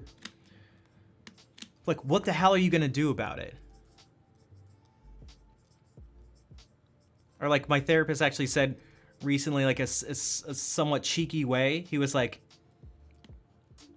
talking about being stuck, like not taking certain chances with stuff. And he was like, yeah, how's that going for you? And I was like, shit. I was like, all right, touche. Which is a good way to put it. It's like, yeah, and do you like, okay, so you're doing these things. If you don't change, nothing's gonna change. So how do you like the situation you're in right now? Sounds to me like you don't like it. It sounds to me like you shouldn't like it. You might want to do something different. You know, like he didn't say it, but that was all I felt like contained in the, yeah, how's that going for you? With like a sort of smirk, like, it's not going well, is it? That's why you're here, isn't it? You're here because things aren't going well. It's reasonable that it's not going well. It's understandable that it's not going well and that you don't feel good about it. But what the hell, like, you gotta do something about it. If you're waiting for something to fall in your lap, it's not gonna change. And you're gonna do things to try to change it, and it's still gonna suck. And it's not gonna be fun doing them. Like, I've been exercising regularly for the past few months, and I don't enjoy it. But I just feel like my life depends on it. I haven't even been really losing much weight, maybe a few pounds, but my weight fluctuates so much from day to day and throughout the day that, like, it's actually kind of crazy. Trying to lose weight during these months of the hard, just trying to lose weight in general for everyone seems to be really difficult. If you don't have an activity that you just love doing that is athletic, like, it's gonna be really difficult. Because then you gotta move just for the sake of moving. Like, it doesn't feel good. For some people, like, it does, but the impression I get is that for most people, like me, it doesn't feel good. Like for me, running is so boring.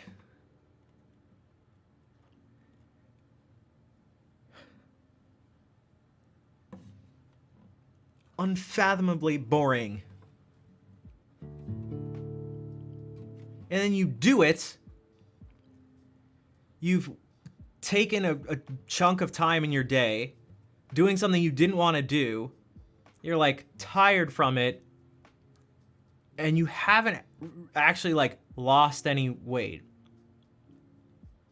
You actually, like, technically you have, but not in the type of way like I'm trying to lose weight. So it's like, what is the why the hell would you want to do that? Besides the fact that you trust in the process, knowing that, you know, the laws of physics exist. And then if you keep doing that, you know, with some knowledge of anatomy and physiology, that if you keep doing this along with eating right, which is also sucks because food tastes good.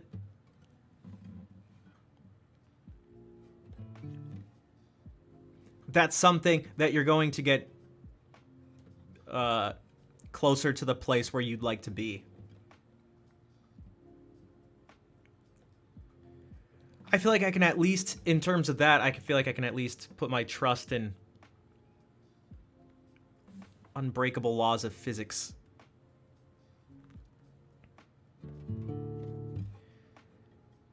And that's some motivation. Like, it's gotta happen.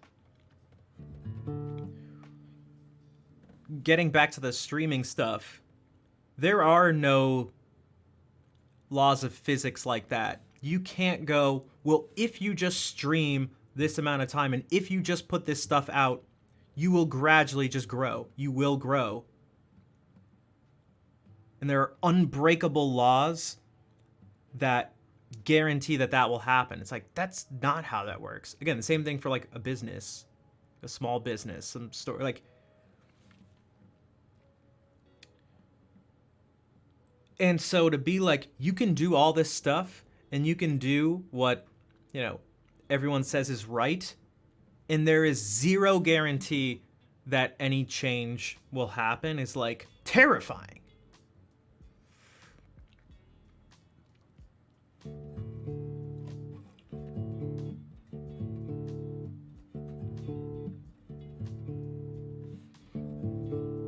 Worked for many people, you gotta commit to it because it's scary. In terms of what way? In terms of the exercising stuff, or like streaming content creation stuff?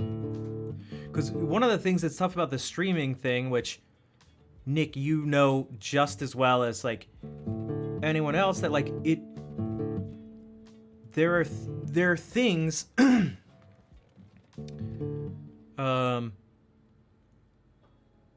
people can give sort of some advice, but if it doesn't fit what you're doing, it may instantly become terrible advice. Like, they're giving you advice for something totally different, but just treating a stream like it's just all streams are the same, or even like all music streams are the same. It's like they're not. The way you, like, putting stuff on YouTube or something, the type of thumbnails you use, the titles you use, the way the content is framed, what it actually is, like, that is all, it's just not all the same. It's just not. And if they were music streamers, it's not for classical guitar, yeah. Because right now, everyone with a classical guitar is struggling super hard. And I feel like the only reason I am in a slightly different place maybe is because there were years of doing things that wasn't just guitar. You know, I dabble in the dark arts. Dabble in the dark arts of singing and playing simple overplayed pieces.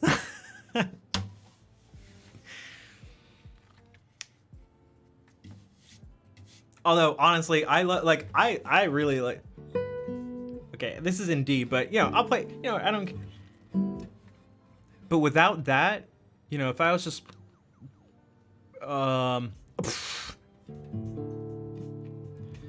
Delilah, you should know, man. You should know better than.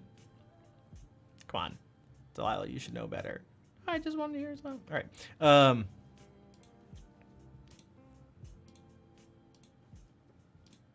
Yeah, I don't think if I did any of that stuff, I don't think it would. I don't think that the stream would be in the same place. So.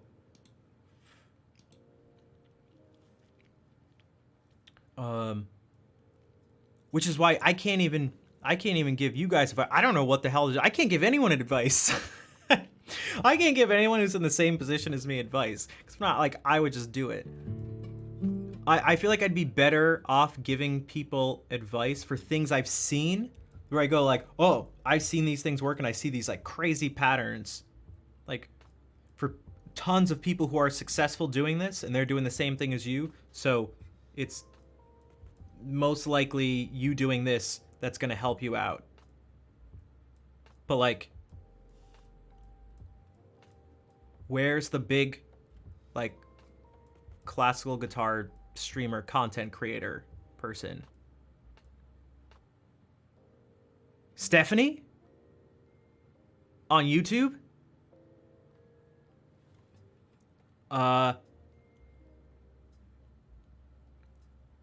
Drew?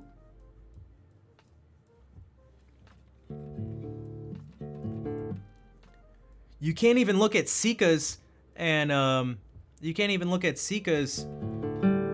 GSI because you wouldn't be able to give the same advice. Just get, because imagine you tried to do that. Dude, Nick, here's what you gotta do. You don't play, you just get famous guitarists to play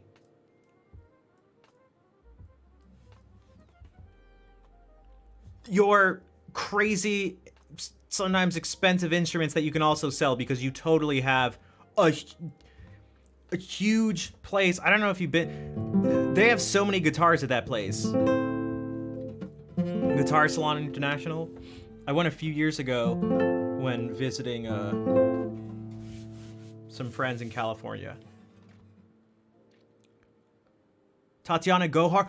I saw Gohar last week, or maybe at this point a couple weeks ago, and I talked to her about that stuff, and I had to, everyone was like talking about the performance and stuff, and I was like, which obviously makes sense, and you know, I almost felt bad because I didn't say anything about the performance, which was great, it was fine. She played at the festival, yeah, and I just spent the whole time, we were just talking about, like, cameras and lights and social media and like stuff like that, because she's one of the very few people who like has a nice camera and a nice setup and like, and it helps.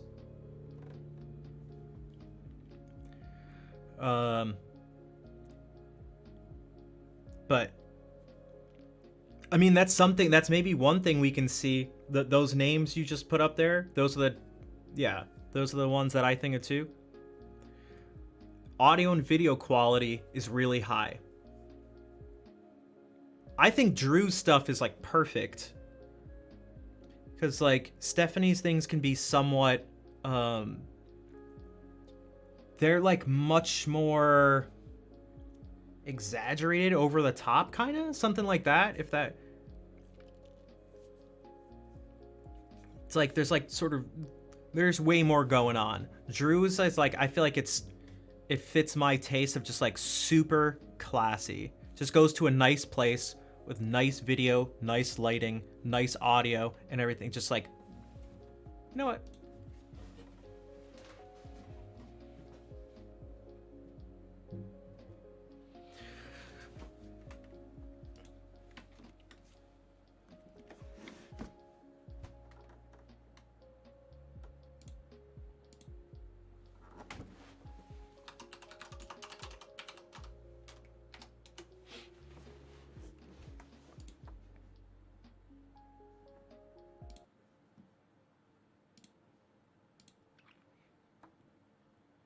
And then Drew is also a great player. But like, let's just look at this.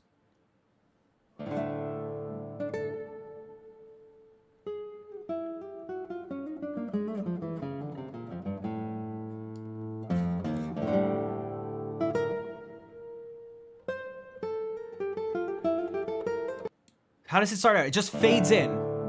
Fades in. Are you heading out, Asdi? Take care. Boom, just some graphic, just some text pops up, fades in and out with the title. Super simple. There's about to be a very simple transition into another view with another nice camera.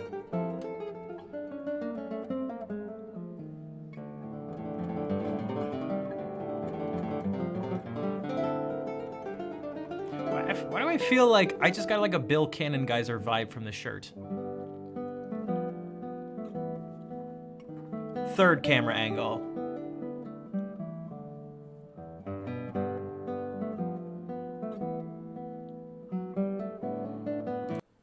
Back to this one. Back to that one. Back to this first one. So what do you have? 3 camera angles. Plays through the piece, and how does it end?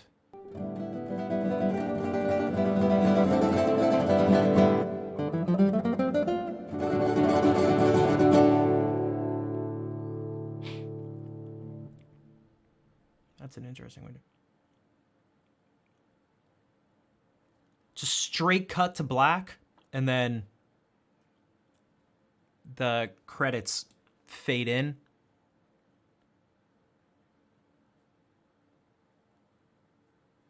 And that's it. That's it. Super simple.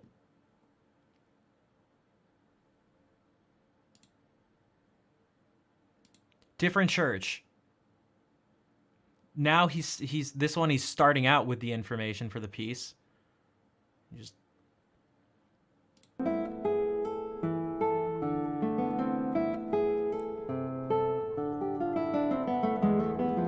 different vibe because the lighting has changed, the church has changed and stuff like.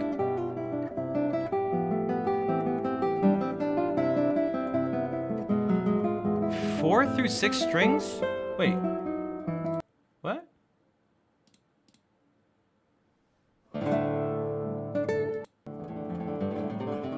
Oh, they're like... There's like...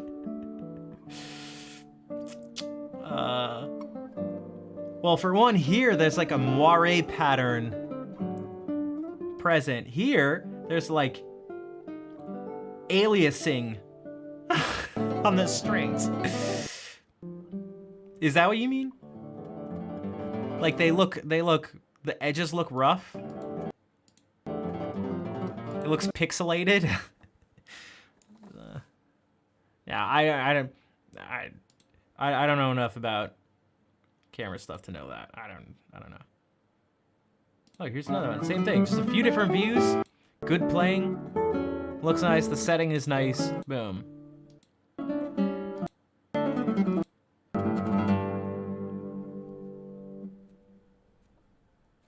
But here's the thing, War Shield? Maybe how do you say?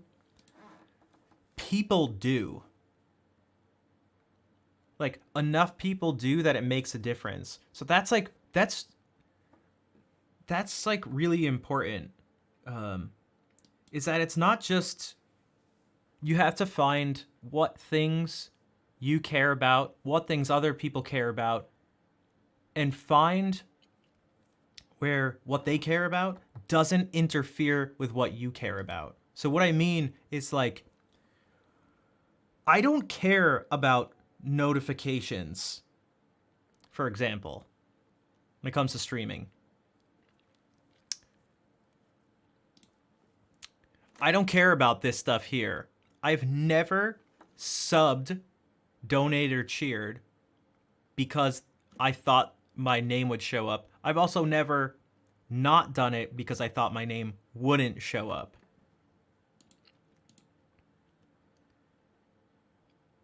And so I can go, well, so therefore I'm not going to have this because I don't care. But it's like, are there people who do care? What's the cost benefit? Like, is there anyone who's not going to watch? They care so much that they dislike something. They dislike notifications so much that they're like, I'm not going to watch this stream. I despise this. Like, no, probably not. But there are enough people that do care that it's like, okay, I'll do it. Notifications for followers and subscribers and stuff like that over here. What the hell do I care about the video? I don't see me. Only other people see me. I'm not consuming this at the moment. Why the hell would anyone ever personally care about their video quality if not, like the only reason can be just because they're thinking about other people. The audio is kind of tricky because I monitor, so I do hear it, but it's like, I don't care what I look like, but I care that other people care. And it is not. And because I don't care about it one way or another, I'll just do in that sense. Like, I'm not giving up any, you know, I'm not like giving up on my principles to try to look nice. Well, Vincent, if you noticed, I turned my alert sounds off years ago at this point. Because they were just, you know, it was playing music, or they were just, it was like, dude, we need this? Like, come on. But it was mainly getting in the way of the music, so it's like, this is not beneficial. That was something I did care about. So maybe some people still would want it. Yeah, too bad. So that's where it's like, okay, I'm going to do this thing. I'd like to not have these things pop up here. It doesn't make the stream look good. I don't think this makes the stream, you know, look good either. But they're beneficial in a way that I do care about. It's like, what am I willing to get? It's just like constantly like, what am I willing? Where am I willing to, you know, make a compromise? I'd prefer to, if it could get more people to follow on Twitter and Instagram and subscribe on YouTube. If I have to give up, you could say the decrease, in my own opinion, of how the stream looks at that moment or something, I think it's worth it. Same thing with this thing here. So that's going to happen too with, like, I don't know, maybe the type of thumbnails or something. Like, why should the thumbnail matter on a video? Why should the thumbnail and title matter? It should just be the content of it, right? But that's just not how it goes. The title and thumbnail are half of what's going to make a video successful and make people, because people got to click on it. Andrea, what's up? So I did a round table discussion thing a couple weeks ago at this guitar festival. I mentioned this, that there was someone, you know, much more experienced, much older, more experienced in life as a musician, all this stuff. It was like, we don't, it goes for viral videos for sure, but just in general, that is a huge predictor of like how people are going to,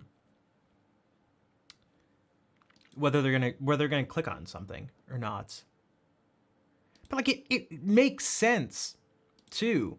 You want something that looks nice. Like, we'd like to think that presentation shouldn't matter.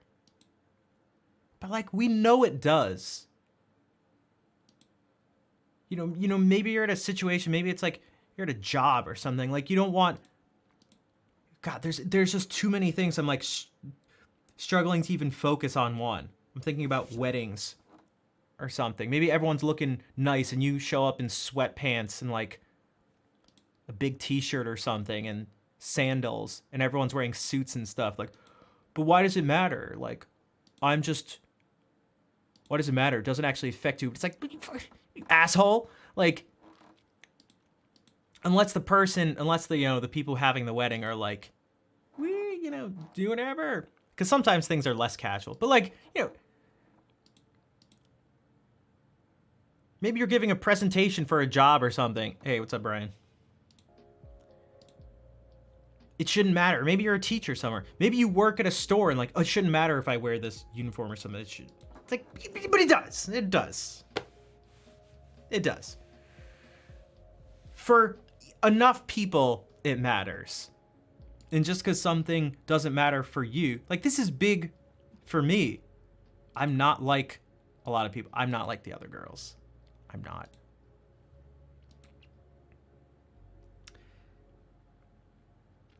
I can't structure things assuming that everyone else is like me. Because They're not. Which isn't a good or a bad thing. It's just like how it is.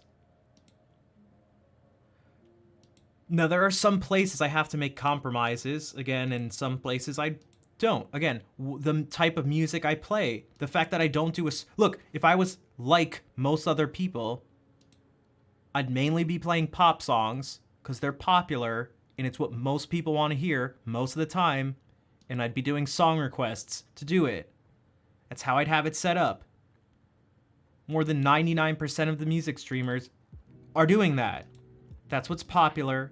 It's what most people want. I could make that compromise. I could do that, and it would be reasonable to do that. If someone were to do that, it would make sense. I think it also makes sense if someone doesn't want to do that. If it's important enough for them to go like, I don't feel good doing this. I don't like structuring it this way. I don't like playing these songs. I'd rather do this stuff that isn't as popular. That also makes sense. It's also going to make sense that they'd suffer in terms of channel size, growth, monetization, all this stuff.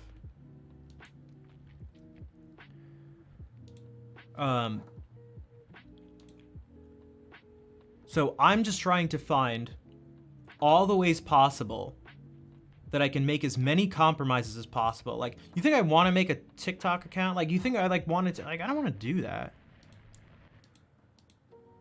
I don't know, maybe I'll end up finding something that's actually enjoyable to create these things or whatever. But I'm mainly doing it to get more eyes on this stream and reaching out to more people, because that's the thing I actually do enjoy doing. It's sort of another version of like, yeah, and how's that going for you? I'm not going to do what these kids are doing, their stupid TikTok. I'm above that, and I don't need to do Twitter, Instagram, or anything. I shouldn't have to do this to get people here, whatever. I should just be able to stream, and everyone should watch, and if I'm just doing something that's good enough, everyone will like it, and that'll just be good enough. And it's like, but it's not. So it's not. So you have to move forward knowing that that's not how it works. I'm not saying that's what you were saying, but this is kind of part of this larger thing of like how you frame stuff. The presentation matters.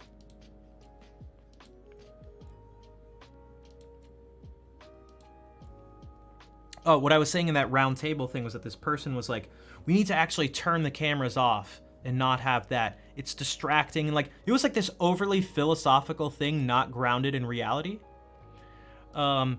And I was confident enough, based on how I've spent the past 4 years of my life and all this stuff I know to be the case, and knowing that this person was not in that world, I was like, yeah, no, dude, that's not right. Your presentation does matter. In fact, you really need to have a camera on you, and you really got to make it look nice, and your audio better be good too. Because if you're just gonna go on this like overly philosophical, no, it shouldn't matter, none of that should actually matter, it's music, and it's like, okay, based on what? You're just saying that. Like, cut it out. Not to mention that I don't think anyone who says that actually really believes that. Because what I would then... This I didn't say, because there was no need... Well, I could have maybe said it. Do they have an established career? They do. But they also weren't trying to grow. And there was a lot of things going... There are generalizations trying to be made about, like, the future of online stuff, and I was like, dude, this stuff looks terrible. You don't know what you're doing, which is like fine because you're not in this world, but like it looks really bad. It sounds terrible, it looks terrible, the presentations, it's just terrible. Just like but what I tried to say to this person, I was like, yeah, except it does matter. It really does matter. Oh, that's what I was gonna say. And so like presentation, it's like, why do you wear particular clothes when you go on stage? Why do you have the lights a certain way? Why do you talk about how nice the venue is? Maybe the church is beautiful, the hall is great, the acoustics are great. You know, you try to make the sound of your instrument good, all this stuff, because that matters. It's way too overly philosophical to the point of not being grounded in reality and not actually being right when you try to be that idealistic about stuff. Segovia's Mask. What's up, Jason?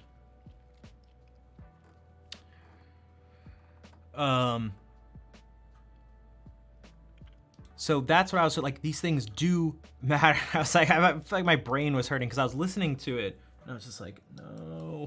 It's like, don't make me say, it's like the more he talked, the more I felt bad about what I was already planning on saying. I was like, oh shit, dude.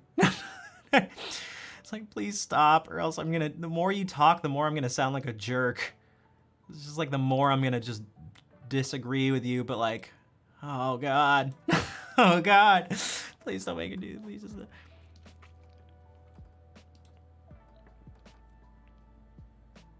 No, Jason, that's not what I'm talking about.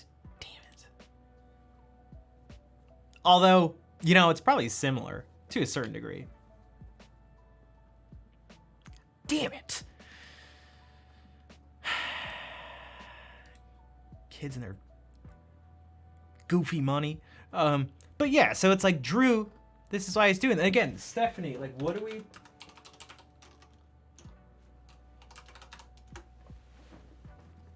What do we see in common here? This is... The proof is in the pudding. And it has... It's not just like, therefore they're better musicians and better humans and they're better people. That's not what I'm saying. Super huge on Instagram and created quite the career for themselves, and he just wasn't. Yeah, that makes, yeah. So I saw your thing from before. They don't know what's going on. People aren't showing up. It's like, and this is it's the modern hustle. Yeah, and it's just like, what's wrong with that? There's nothing wrong with that. What the hell is wrong with advertising and marketing yourself? Like, what? You're against marketing yourself? Like, okay. Like, I don't think I'm very good at it, which is why I try to ask people for help. I think I've stopped at this point recently because I don't think it ever helps. Because people either give fake answers. You guys give fake answers. Most common response, two most common responses. Hot tub or unbutton my shirt. Damn it. I hate you guys. 2,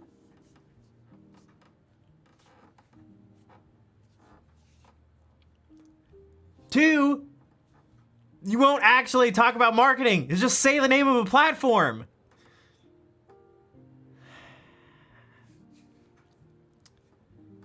It doesn't help.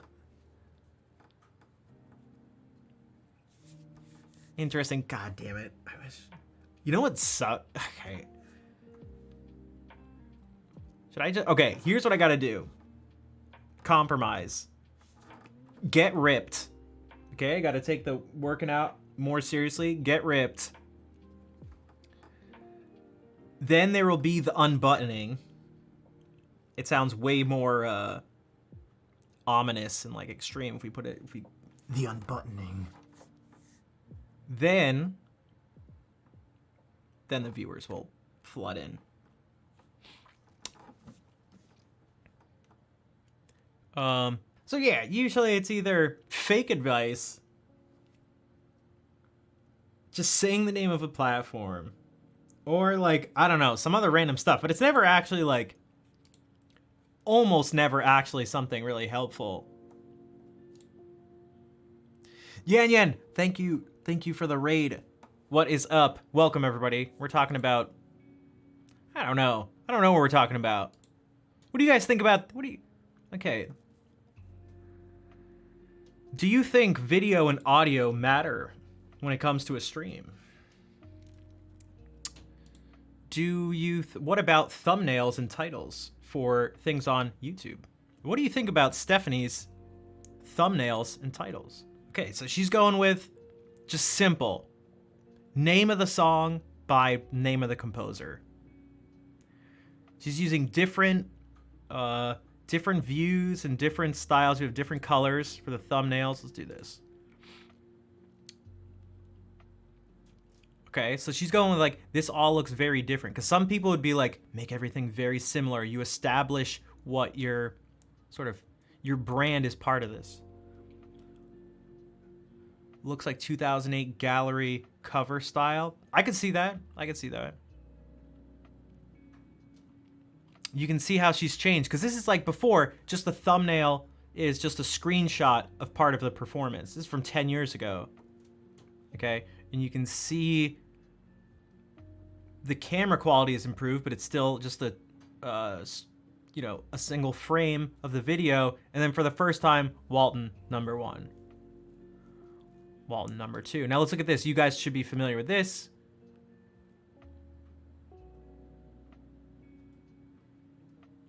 Dude, Vicente, okay.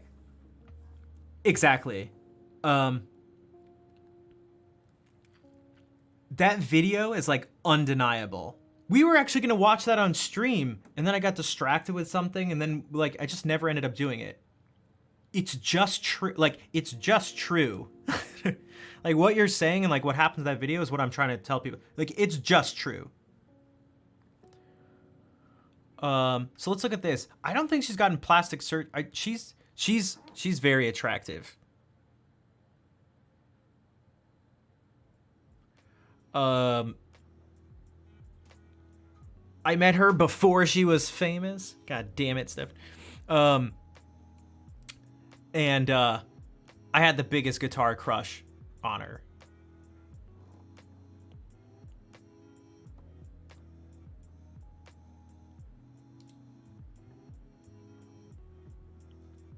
Which helps for her.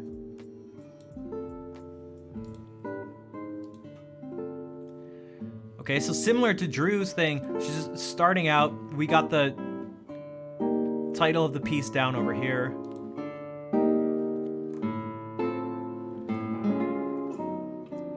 Fade into a different camera angle. Again, a nice camera. Wasn't talking about her. Wait, what?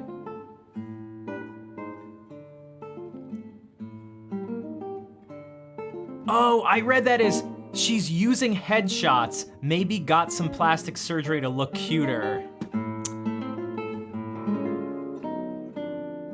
So here's maybe a good example, cyber or classic punk? I'm not real. What? Isn't cyberpunk a game? And classic punk a musical genre? Unless cyberpunk is a musical genre, in which case I would say I can't choose because I didn't know that was a thing.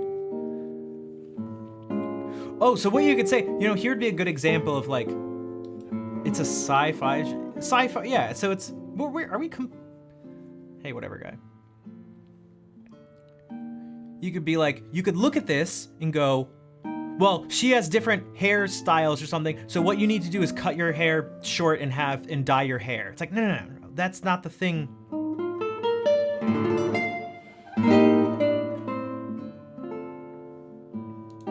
You need to play in between two pianos. It's like, no.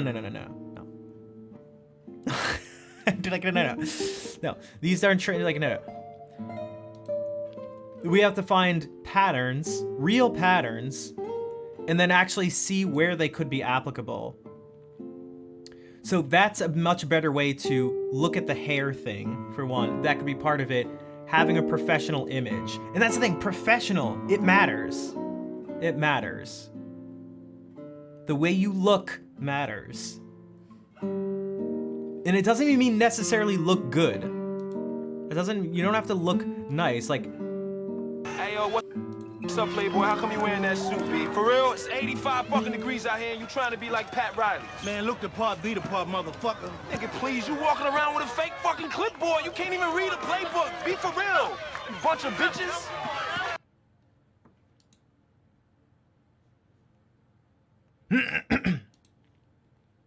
The music is the only thing. Oh, so wait, that's what someone said earlier. That's what I'm trying to say is like, we have to break out of that because your image does matter.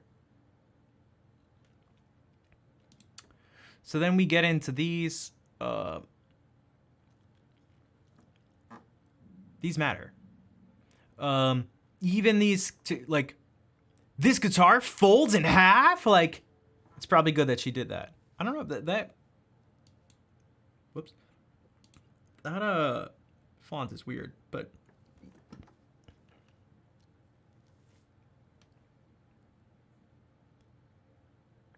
yeah, exactly. Whatever, exactly. So this is, you know, so what I'm trying to do, like, what I'm trying to find, and I'm not even asking you guys for help anymore. God damn it. And what I'm trying to figure out is like, okay, I can do this stuff, but what's gonna, how much do you give in? How like, what compromises do you make? How much of a compromise do you make?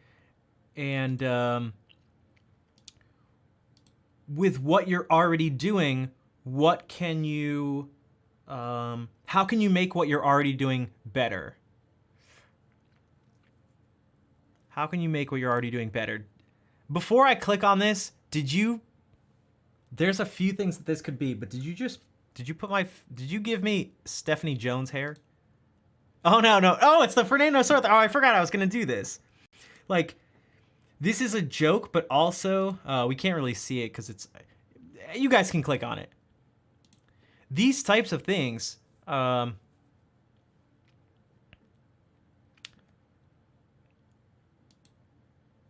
Fabio Lima, and like so many people ask me about it. And like these things happen, and then the person ends up gaining a particular image and a particular, they end up becoming like somewhat of an authority or something, and they actually start pushing, like, that's what people then end up believing is like the top of the top. Maybe it's this person is the smartest in this area and everything they say is true. Maybe this person is the best at this instrument and they're the most talented and everything they play is the most difficult and they're the most greatest at being the bestest of greatest. Now those things are like, I wish that didn't happen, but that's always going to happen and it's never the person's fault. So like if Adam Neely, I see it in the stream, like if Adam Neely or like Rick Beato say something, other people, or like if Jacob Collier says something, which by the way, I can do a much better Jacob Collier impression than Lucas can. Although I love Lucas. He's like, in terms of a musician and guitarist, he is like legit. I've always thought he's so good, but that's a whole other thing. But people just start to believe stuff because someone says it. Or maybe someone becomes really popular and they play a song and it's like, dude, this song's the best. Like, this song's crazy. It's like, oh my God.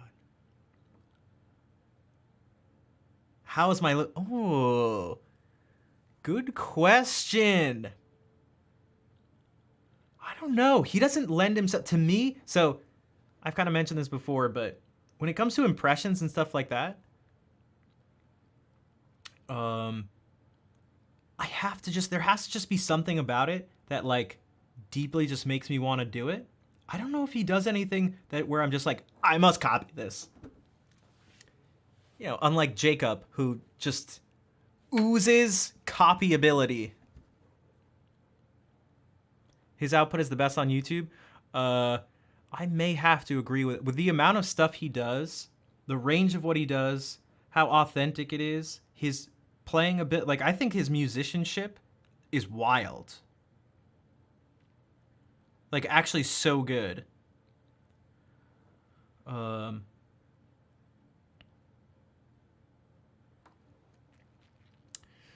Paul, hello. What's up? Yeah.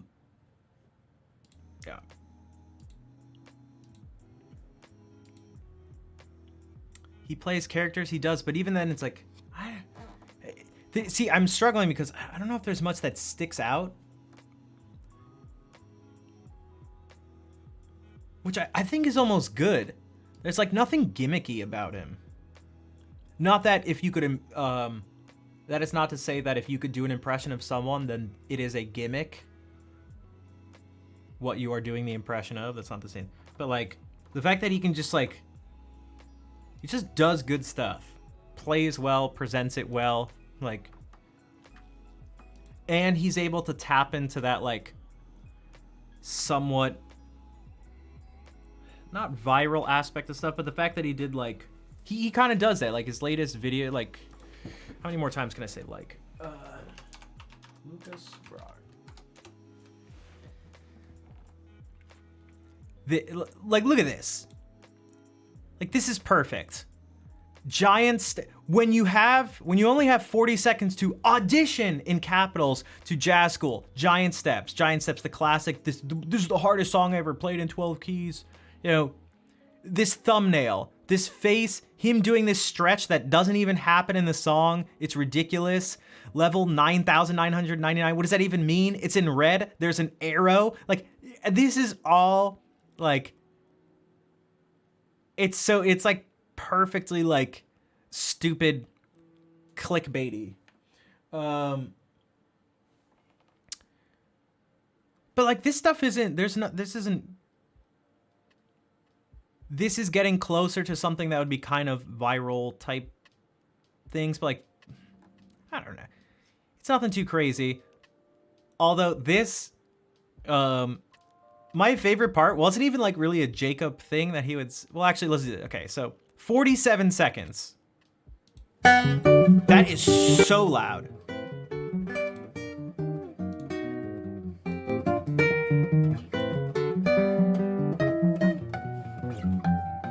And like, I didn't realize until one of his,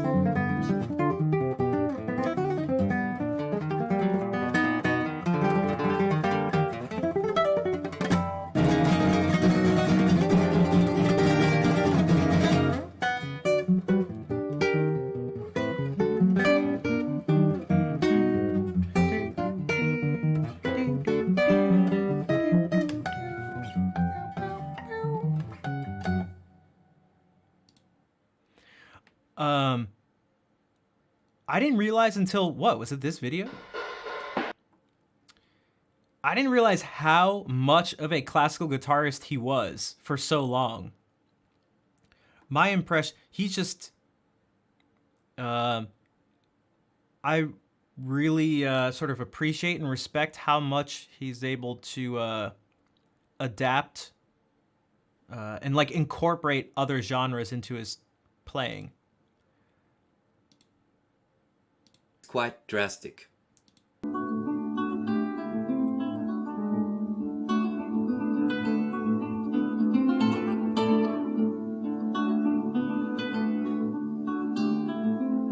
Like, I mean, he just did all this. I mean, he, you know, I've talked about this. Like, this is like one of the competition pieces. I would actually really like to learn. I think this piece is awesome.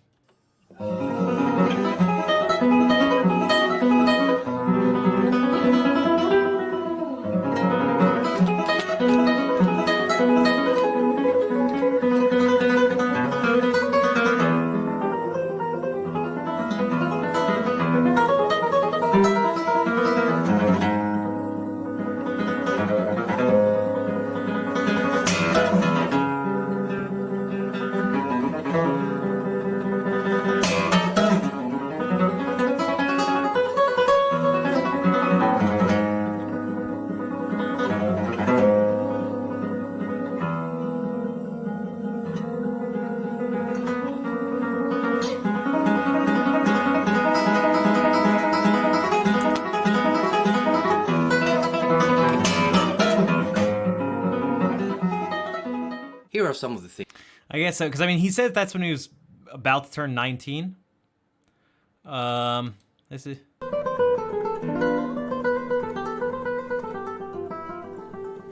Yeah, it's Lucas when he was younger, I guess.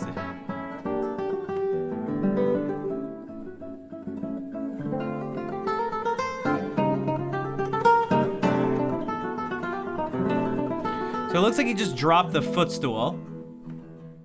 Just too bad. Let's see.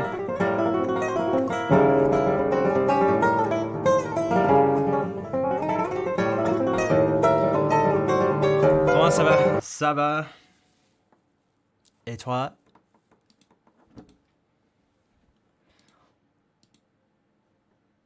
Oh, you might actually like. Also, is this Carol or Chris?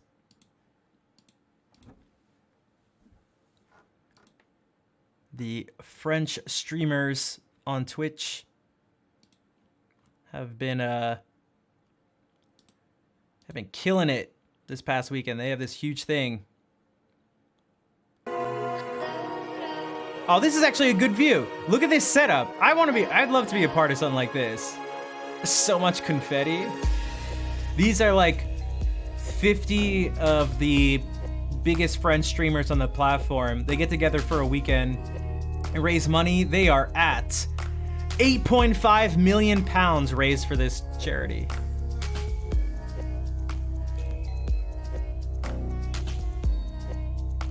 It's called The Event. The Event. I've been watching this all weekend.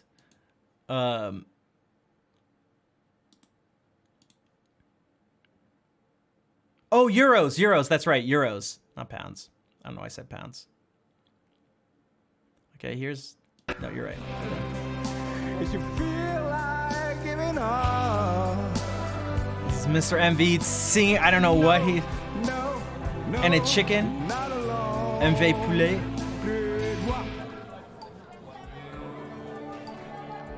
If you're on your own, c'est dur.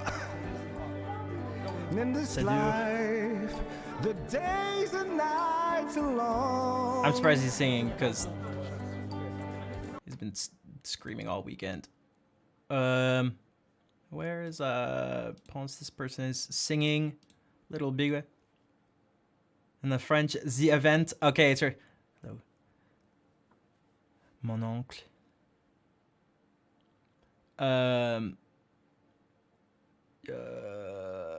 Little Big Whale.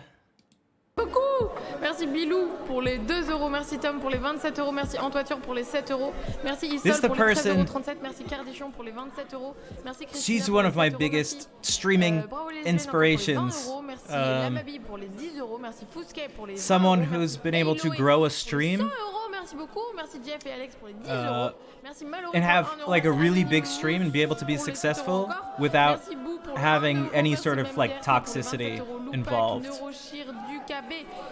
Neurochir du KB qui a donné 108 €, merci beaucoup. Merci Miruch Max, le réguleux Roukmout. Oh, le réguleux, merci beaucoup. I was also quite proud of myself because I sent a message. I usually just lurk, and when I say something, it's usually in English because I just can't do the French stuff fast enough. But I wrote out a longer thing. I only had to look up one word, and she thought I used Google Translate, and I was like, all right. It just takes forever for me to type and like think, and I had to look at like, is there an accent on this part of the word or something like that? I didn't know what the word for event was. Je viens de réaliser. I said, je voulais juste dire que je pense que cette communauté est incroyable et cet événement est super spécial.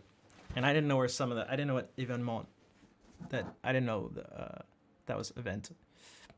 Hola, Gravito. But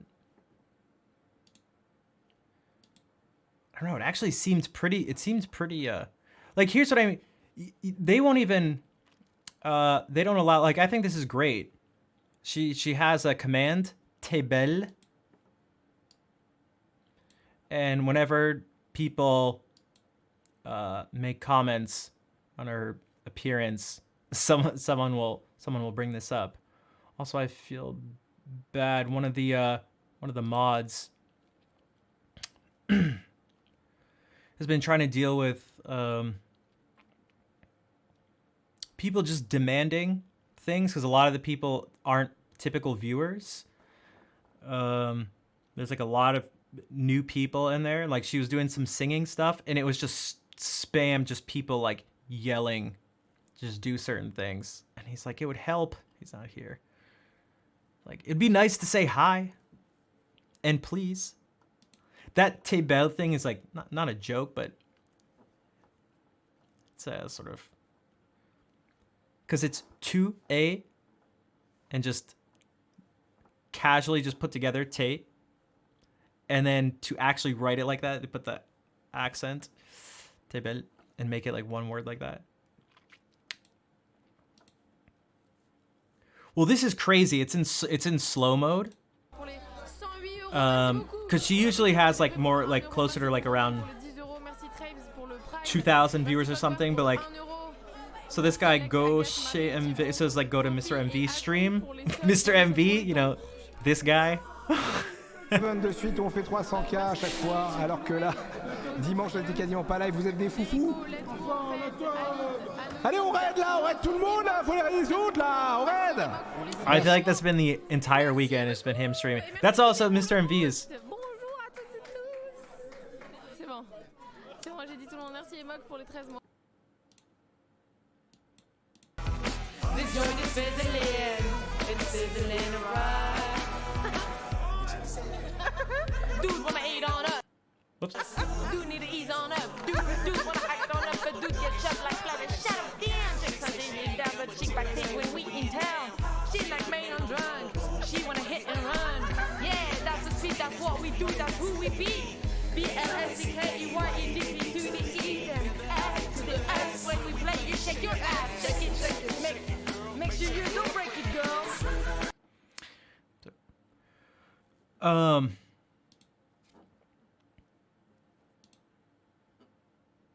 Yeah. So it's already past 6. I actually have to go to meet up with some friends. I still haven't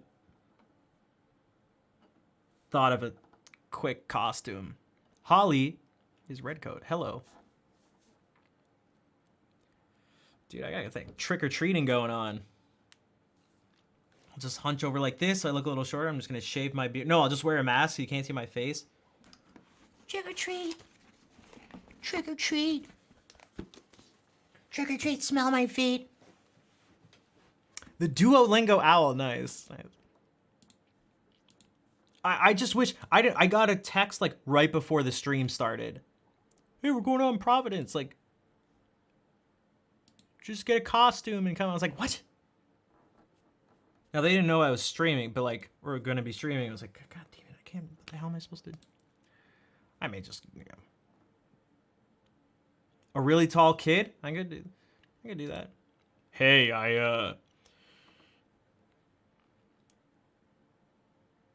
I do know it's much easier, cheaper, faster, and everything. Because I made a goddamn video, which I know you didn't think was funny, but I thought it was clever. God damn it. God damn it. I still... God... You know how stupid I felt putting candy in a pillowcase inside of a CVS? Time out. Just time out. Time out. Damn it. Damn it.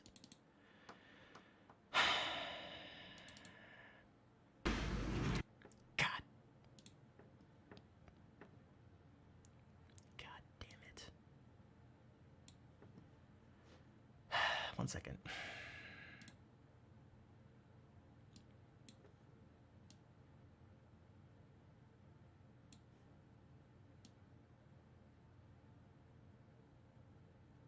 Oh wait, I should do it like this. I think if I do this, yeah, and I'll go like.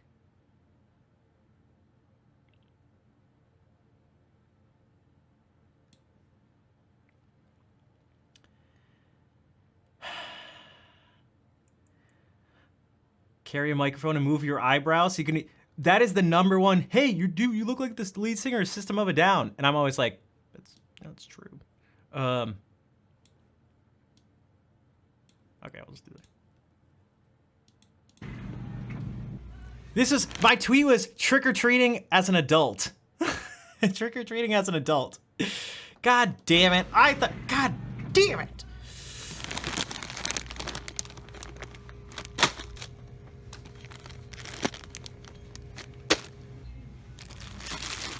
Also, for some reason, they only had Christmas candy?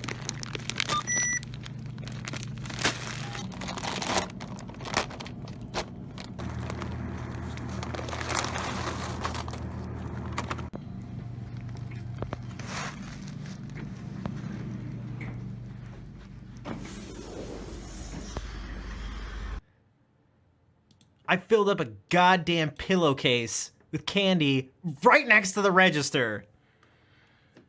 I felt so stupid. All right.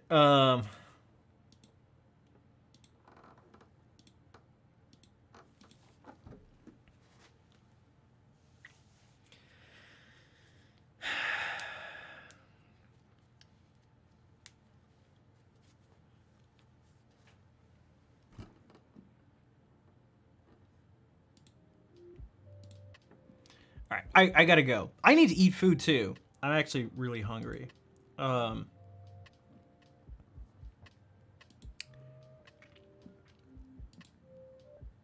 So, speaking of all this stuff we were just talking about, speaking of all this stuff, I'm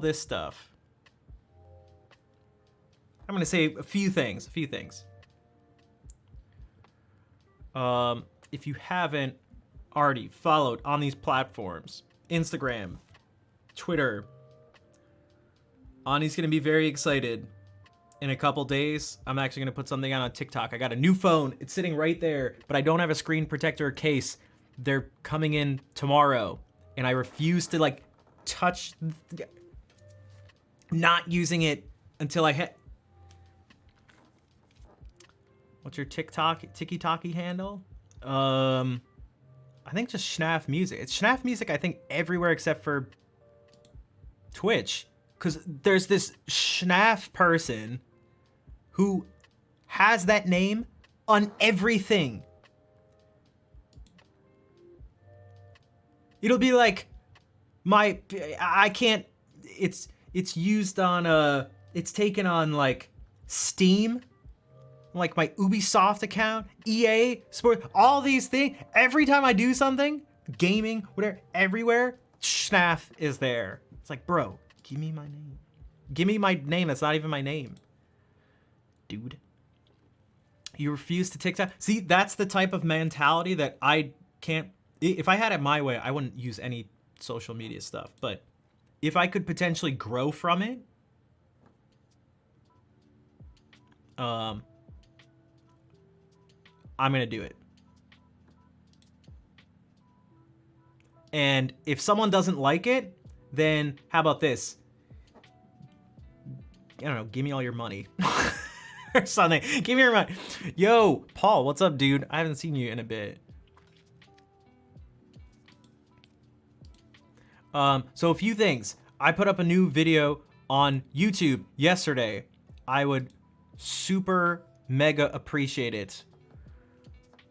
At work time of the year. Gotcha. Hopefully it's been okay.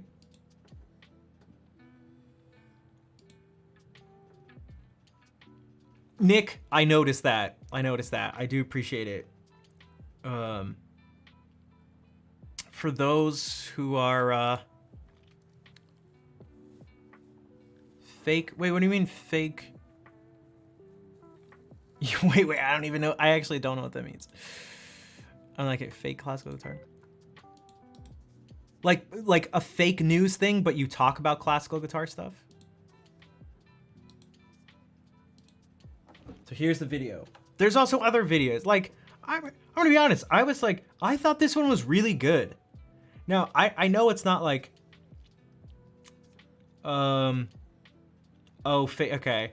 I feel like a lot of, well, you'd definitely be very, like, that'd be ultra niche, but, because you'd have to get the jokes, like, you'd have to know the context to get the jokes, if I understand right. Guys. Wait, what the heck? Oh, wait. That's why. Dude, this one was super consistent. And I don't know, what do you guys think? Would you like like an hour long or like 2 hour long version, so you can just like keep it on as a thing. I did that with another one. The only reason it did better, this was my attempt at something. I should have put some words over here. I don't know, something. But this was my...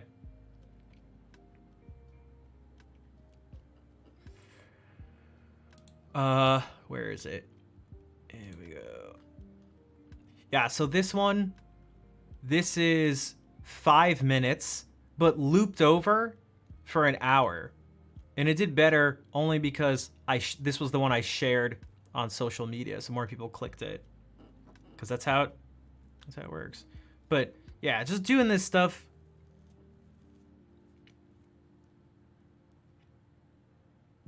On streaming services is awful. Well, Paul, what I can promise you is that if you stick around here, we explore, we definitely explore classical music and more. So, yeah.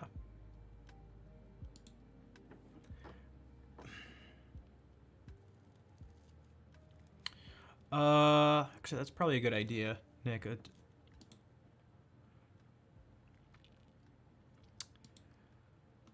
I think this one would loop well because it's so consistent. It's like the same patterns and everything, and there's no some of the improvisations I do are crazy and go all over the place. But this one from beginning,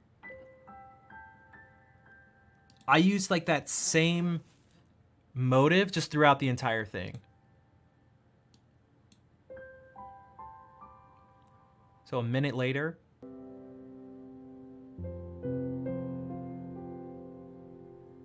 ding dong ding dong dong. Another minute.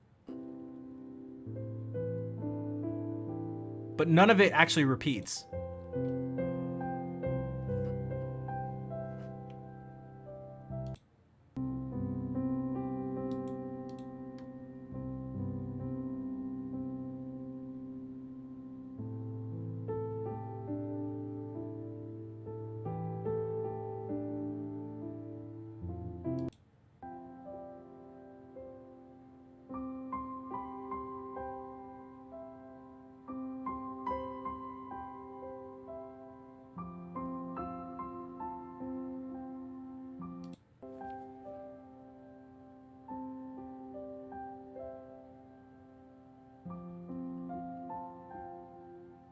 And so I could just stop it like...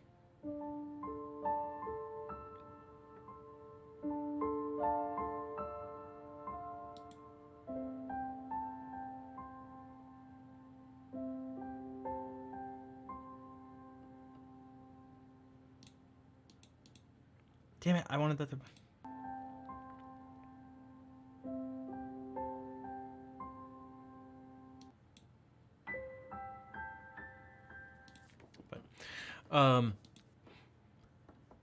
So yeah, that would be super helpful because again, it's got 42 views. Like no one's really seeing it. It's like 2 people liked it on Twitter until earlier today. And so it's like I can put these. This is why when people are like, they're like for help. It's like they just say a platform. It's like yeah, but what do you do on that platform? It's like okay, so I'm doing YouTubing and Instagramming and stuff, but then that doesn't work. Meaning like, not that it can't work or that it won't, but it's like a platform name is not a plan. I'm sure the same is going to be with TikTok. I can't just TikTok, boom, instant success, famous, king of the world, #1 streamer. Other than Twitter, Twitter, Instagram, and Discord. I guess I could do stuff on Facebook, but I don't know. I was sharing some stream stuff for a bit there, but I don't know. I feel like most of the people I know from Facebook just like won't cross over there. It's like I don't know. It feels like a different world.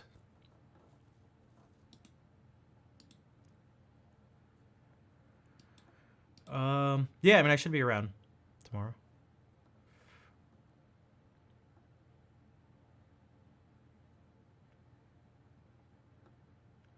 Dude, Costco.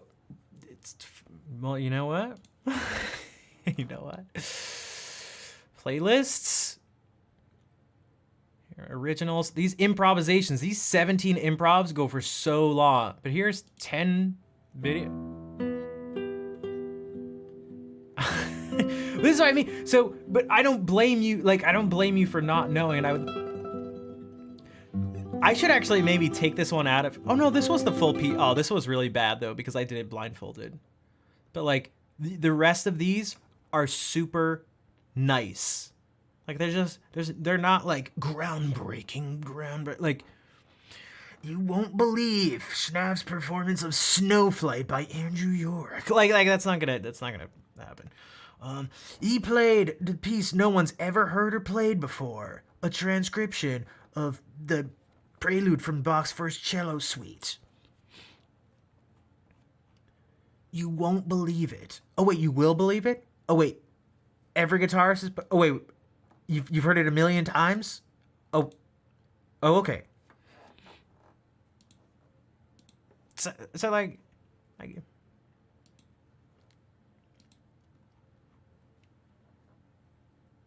but yeah, check. Like I'd like to you know, I'd like help spreading the word about this stuff to help it grow, but also oftentimes, you know, I'll get some messages like what Koskol said.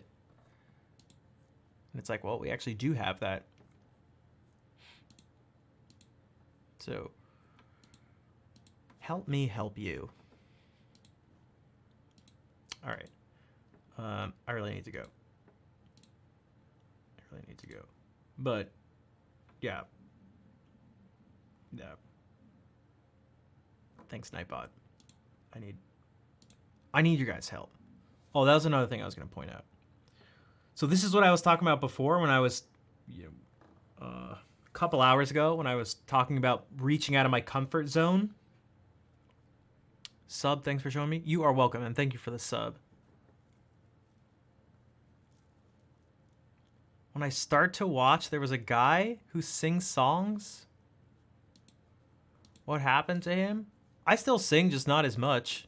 You don't. There's plenty of people who sing songs on this platform. There's plenty of people.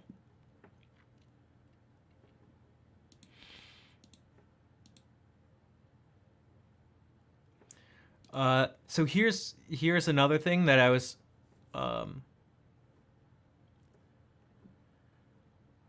talking about a couple hours ago, and now I'm bringing it up because. But I'd hope. I don't know. Well, speaking. Okay, so I was gonna say a couple things. TJ, what's up? Thank you for the 10-month resub.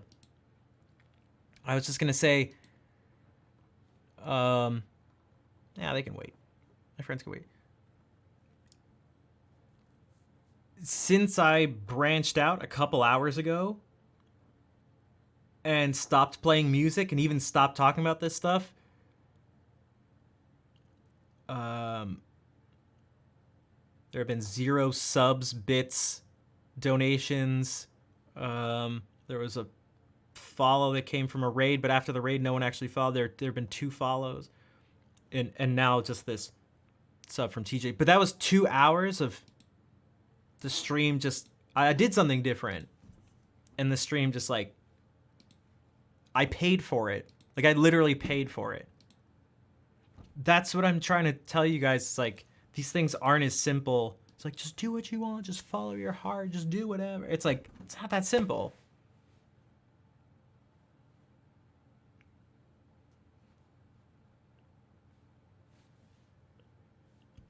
So that's what happens. And that's like very real. And then, yeah.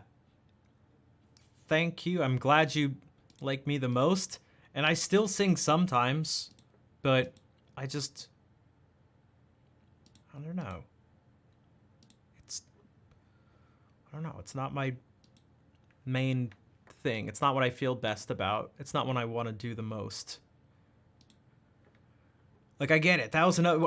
I mentioned this before. I said I dabbled in the dark arts of singing and song requests.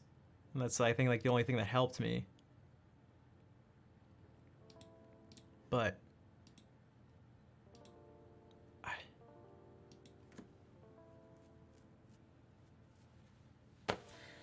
don't know what to tell you. But I also sing about. So here's another thing. If you're not here all the time, you're gonna miss certain things. Like, I don't know what to tell people. Like, you can't stream for hours and hours and hours 5 days a week and expect that the one thing you want is going to be there at any time you like click the stream. At least not here, it's not.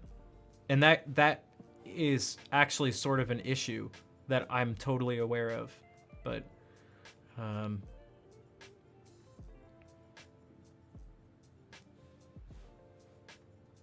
because of time to, no, I know that's the case. That's what I'm saying. But I can't. I'm doing my best to find times that work for people, but it's like people from all over the place. The main viewer base is the time zones from essentially West Coast United States to Western Europe. So we have a 9-hour time difference, and it's like, that's crazy to try to take that in consideration. So doing this, I'm just trying to do, I promise you guys, I'm trying to do my best with all this stuff, so.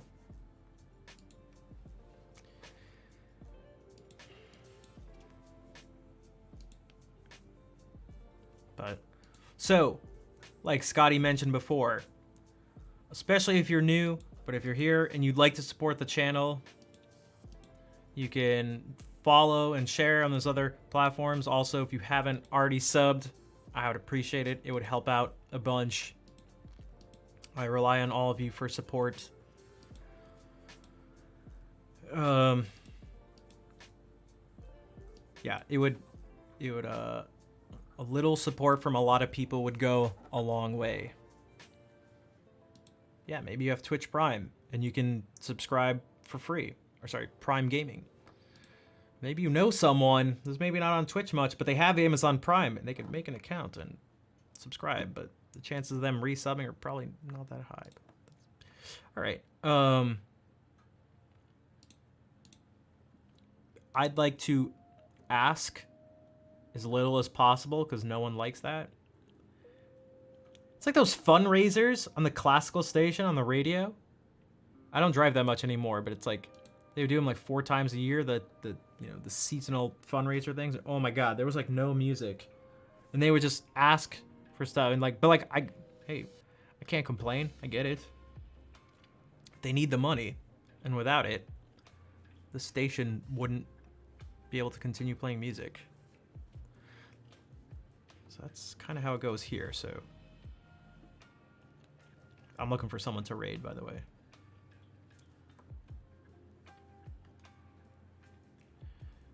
Yeah, I'd like to do, ideally, no asking whatsoever. I'd never ask for anything. I would just play music or never have to talk about this stuff. I'm sure you guys would like that the most too.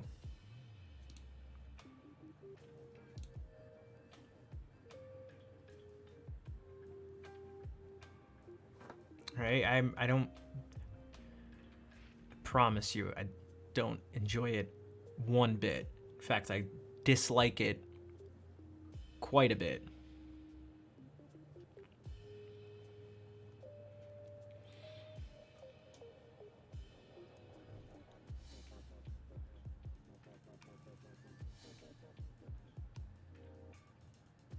There are so many people streaming. Holy jeez. God, I don't know. You can do this.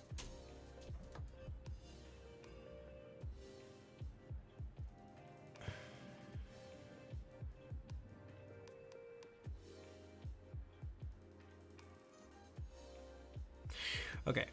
We'll raid Jennifer Jiss, who's a cyborg. It looks like Tron style something.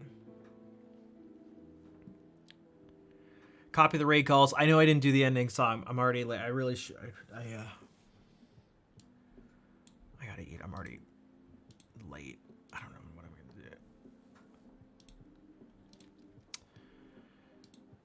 gonna do. You're welcome, Pajama Mole. Thank you for being here. Thank you, everyone who was part of that hype train, and Shell donated $100. And I want you guys. I appreciate the help. Hopefully, it comes across that way. I'll be back tomorrow in 24 hours. I'll be here.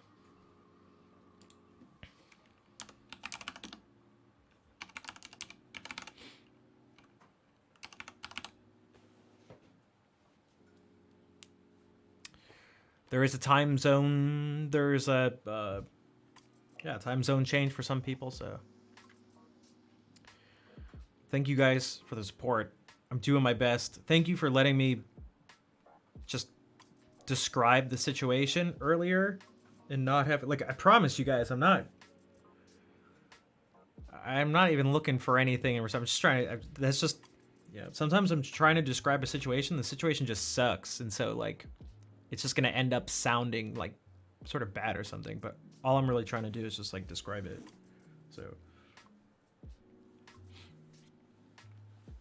So I appreciate there was a surprising lack of like, dude, just do this. And I was like, okay. So that was nice. And I'm gonna keep on trying different stuff until I just, I don't know. Collapse from complete exhaustion or something.